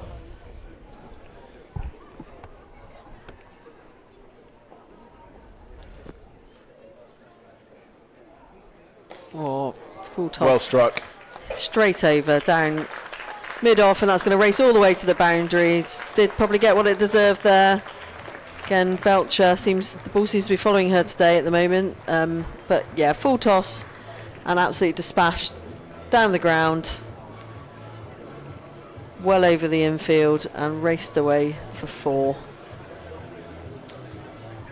So just 5 away now. Ellis just taking another breather just before they again drop short down the leg, but no run taking as fine leg is up. So Glamorgan definitely on course here for a bonus point victory. If they get it done, that will just help to boost their chances of getting a really favourable draw on finals day. Place already booked. There's 2 more, so just 1 shot away now. At the end of the 13th over, Glamorgan 112 for 1. So 1 more blow should do it. And Kath, this has been a dominant performance between these two. The way they reacted to losing the skipper so early on, it's been exemplary, really. Yeah. They didn't seem to faze them at all. I think that's exactly that. It's the depth of batting that Glamorgan have got, but also that experience at the top of the order. So absolutely no need to panic. You know, you've got Beth and Ellis and Beth Gammon, absolutely well-established cricketers, and have just taken the game completely to Gloucester, who haven't had the answers at all. They've just not been able to make any sort of breakthrough. No real chances given by these either. So yeah, I think it's been a comfortable and a really pleasing win, I think, for Glamorgan. They'll be really delighted with how they've gone about today. And again, that's pulled for. Are they going to go for 2? No, decide on the 1. So Glamorgan just need 2 runs to win. Yeah, it's been pretty comprehensive. And they couldn't really have done much more here. Bonus point win it's going to be. And Glamorgan looking forward to that finals day, July the 26th. Book your places. start talking to your club about booking a coach and getting down there to support Glamorgan. Northampton is where it's going to be played. And Glamorgan guaranteed now to finish in the top 2. Middlesex were leading the way before this game. So a little bit to play for. Sweeps, but picks out the fielder. A fine leg, and they look a pretty tired bunch now, Gloucester. It's been hard for them, really. They had no answer to the boundary striking of Ellis and Gammon. Although Melissa Story will remember that catch for a long time. And that could be it. Goes over the top. That's going to race away for 4 as Bethan Ellis finishes as she's played the whole way through. And that is a comprehensive victory for Glamorgan's women. They hug in the middle. A brilliant knock of 67 by Bethan Ellis, 40 from 26 from Beth Gammon, a partnership of 115, and that has taken Glamorgan to a bonus point win here at Sophia Gardens and got off this doubleheader to a fantastic start from a Welsh perspective. Absolutely fantastic performance by Glamorgan here today. They'll be delighted with that, and they've done it comfortably as well. So I think, winning in the 13th over on a day like today, I think any of us would take that. But yeah, just looking at the dugout there, absolutely high fives all round. Brilliant partnership between Gammon and Ellis. And yeah, Rachel Police will be absolutely delighted with that performance. And, even with the loss of Parfitt in the first over, made no difference. And I think that goes to show the depth of experience, the depth of determination and skill that this Glamorgan side have, and they really are contenders, I think, for the finals weekend, and they should hopefully be, with that in their sights, be looking to capitalise against Kent next weekend. Obviously the last weekend was a washout, so Kent coming to Sophia Gardens next Friday, so yeah, if they get that win under their belt as well, that'll just propel them into that finals weekend. Yeah, fantastic. Unbeaten in 6 now, this Glamorgan women's side in this competition. Yep. All looks really, really good. Of course, building towards Glamorgan women's team going fully professional in 2027. And I guess it's just this experience of playing here, of winning, of playing so well and winning so comprehensively that just is so encouraging, really, as they build towards that date. Yeah, absolutely. They're a young side, and there's, some of these girls are first coming into the women's senior game as well. Just what a platform to be part of an amazing squad, and it is a squad. It's not just the 11 players. It's a strong 16. They've got a lot of strength coming through the pathway as well. So it's, it's only on the up for Glamorgan, and they should take today's win, like I say, propel that momentum into the next couple of weekends, and they've got a really fantastic opportunity on finals weekend in Northampton. Yeah, comprehensive win. They got it done in the 14th over. Bethan Ellis and Beth Gammon. Brilliant combination, century partnership together, and they never looked back after Lauren Parfitt had departed, thanks to a brilliant catch by Melissa Story at short cover.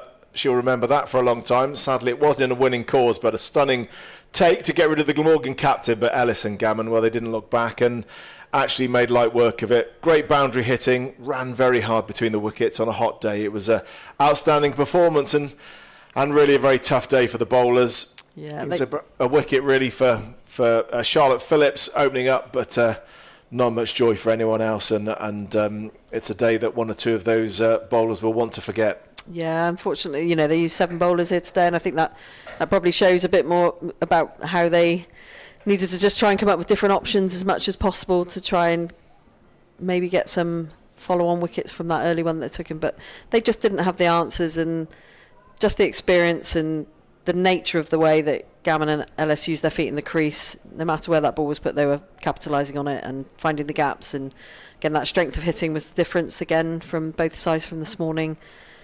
Certainly getting more boundaries. So yeah, unfortunately Gloucestershire just didn't have the answers today. So there's the summary. Gloucestershire 114 for 5. Willis led the way, opening up with 28, but after that it was fairly slim pickings, and their rate never really got above 6. And then Glamorgan, well, they made light work of that total of 115 to win, knocking it off in the 14th over with Bethan Ellis, who carried her bat for the whole innings for a brilliant 67, supported by Beth Gammon, unbeaten on 40, and they win the match by 9 wickets. Yeah, so we Well, I think we will. We have a little bit of a gap now. The game has do. finished a little bit earlier. Yeah. We'll just continue chatting for a little moment. Of course, supporting equality of opportunity in cricket, her game too. And, well, we've really seen here that the women's game in Wales is really starting to thrive. And we're really excited to see where this team can go. Of course, they now have reached finals day on the 26th of July, I should say. Something else happening in July. Of course, the Walk for Prostate Cymru. The scorer, Andrew Hignell, here has recently been suffering from prostate cancer. And so that's a wonderful charity close to the hearts of people here. If you want to register and enter, just £10 for a fantastic charity. Would love you to support and complete the Big Walk 2025. And looking ahead, it's not long until the 100 comes. We've been enjoying the double header here today. And of course, the Welsh Fire are in action. Their first match Saturday, the 9th of August, with a double header against London Spirit.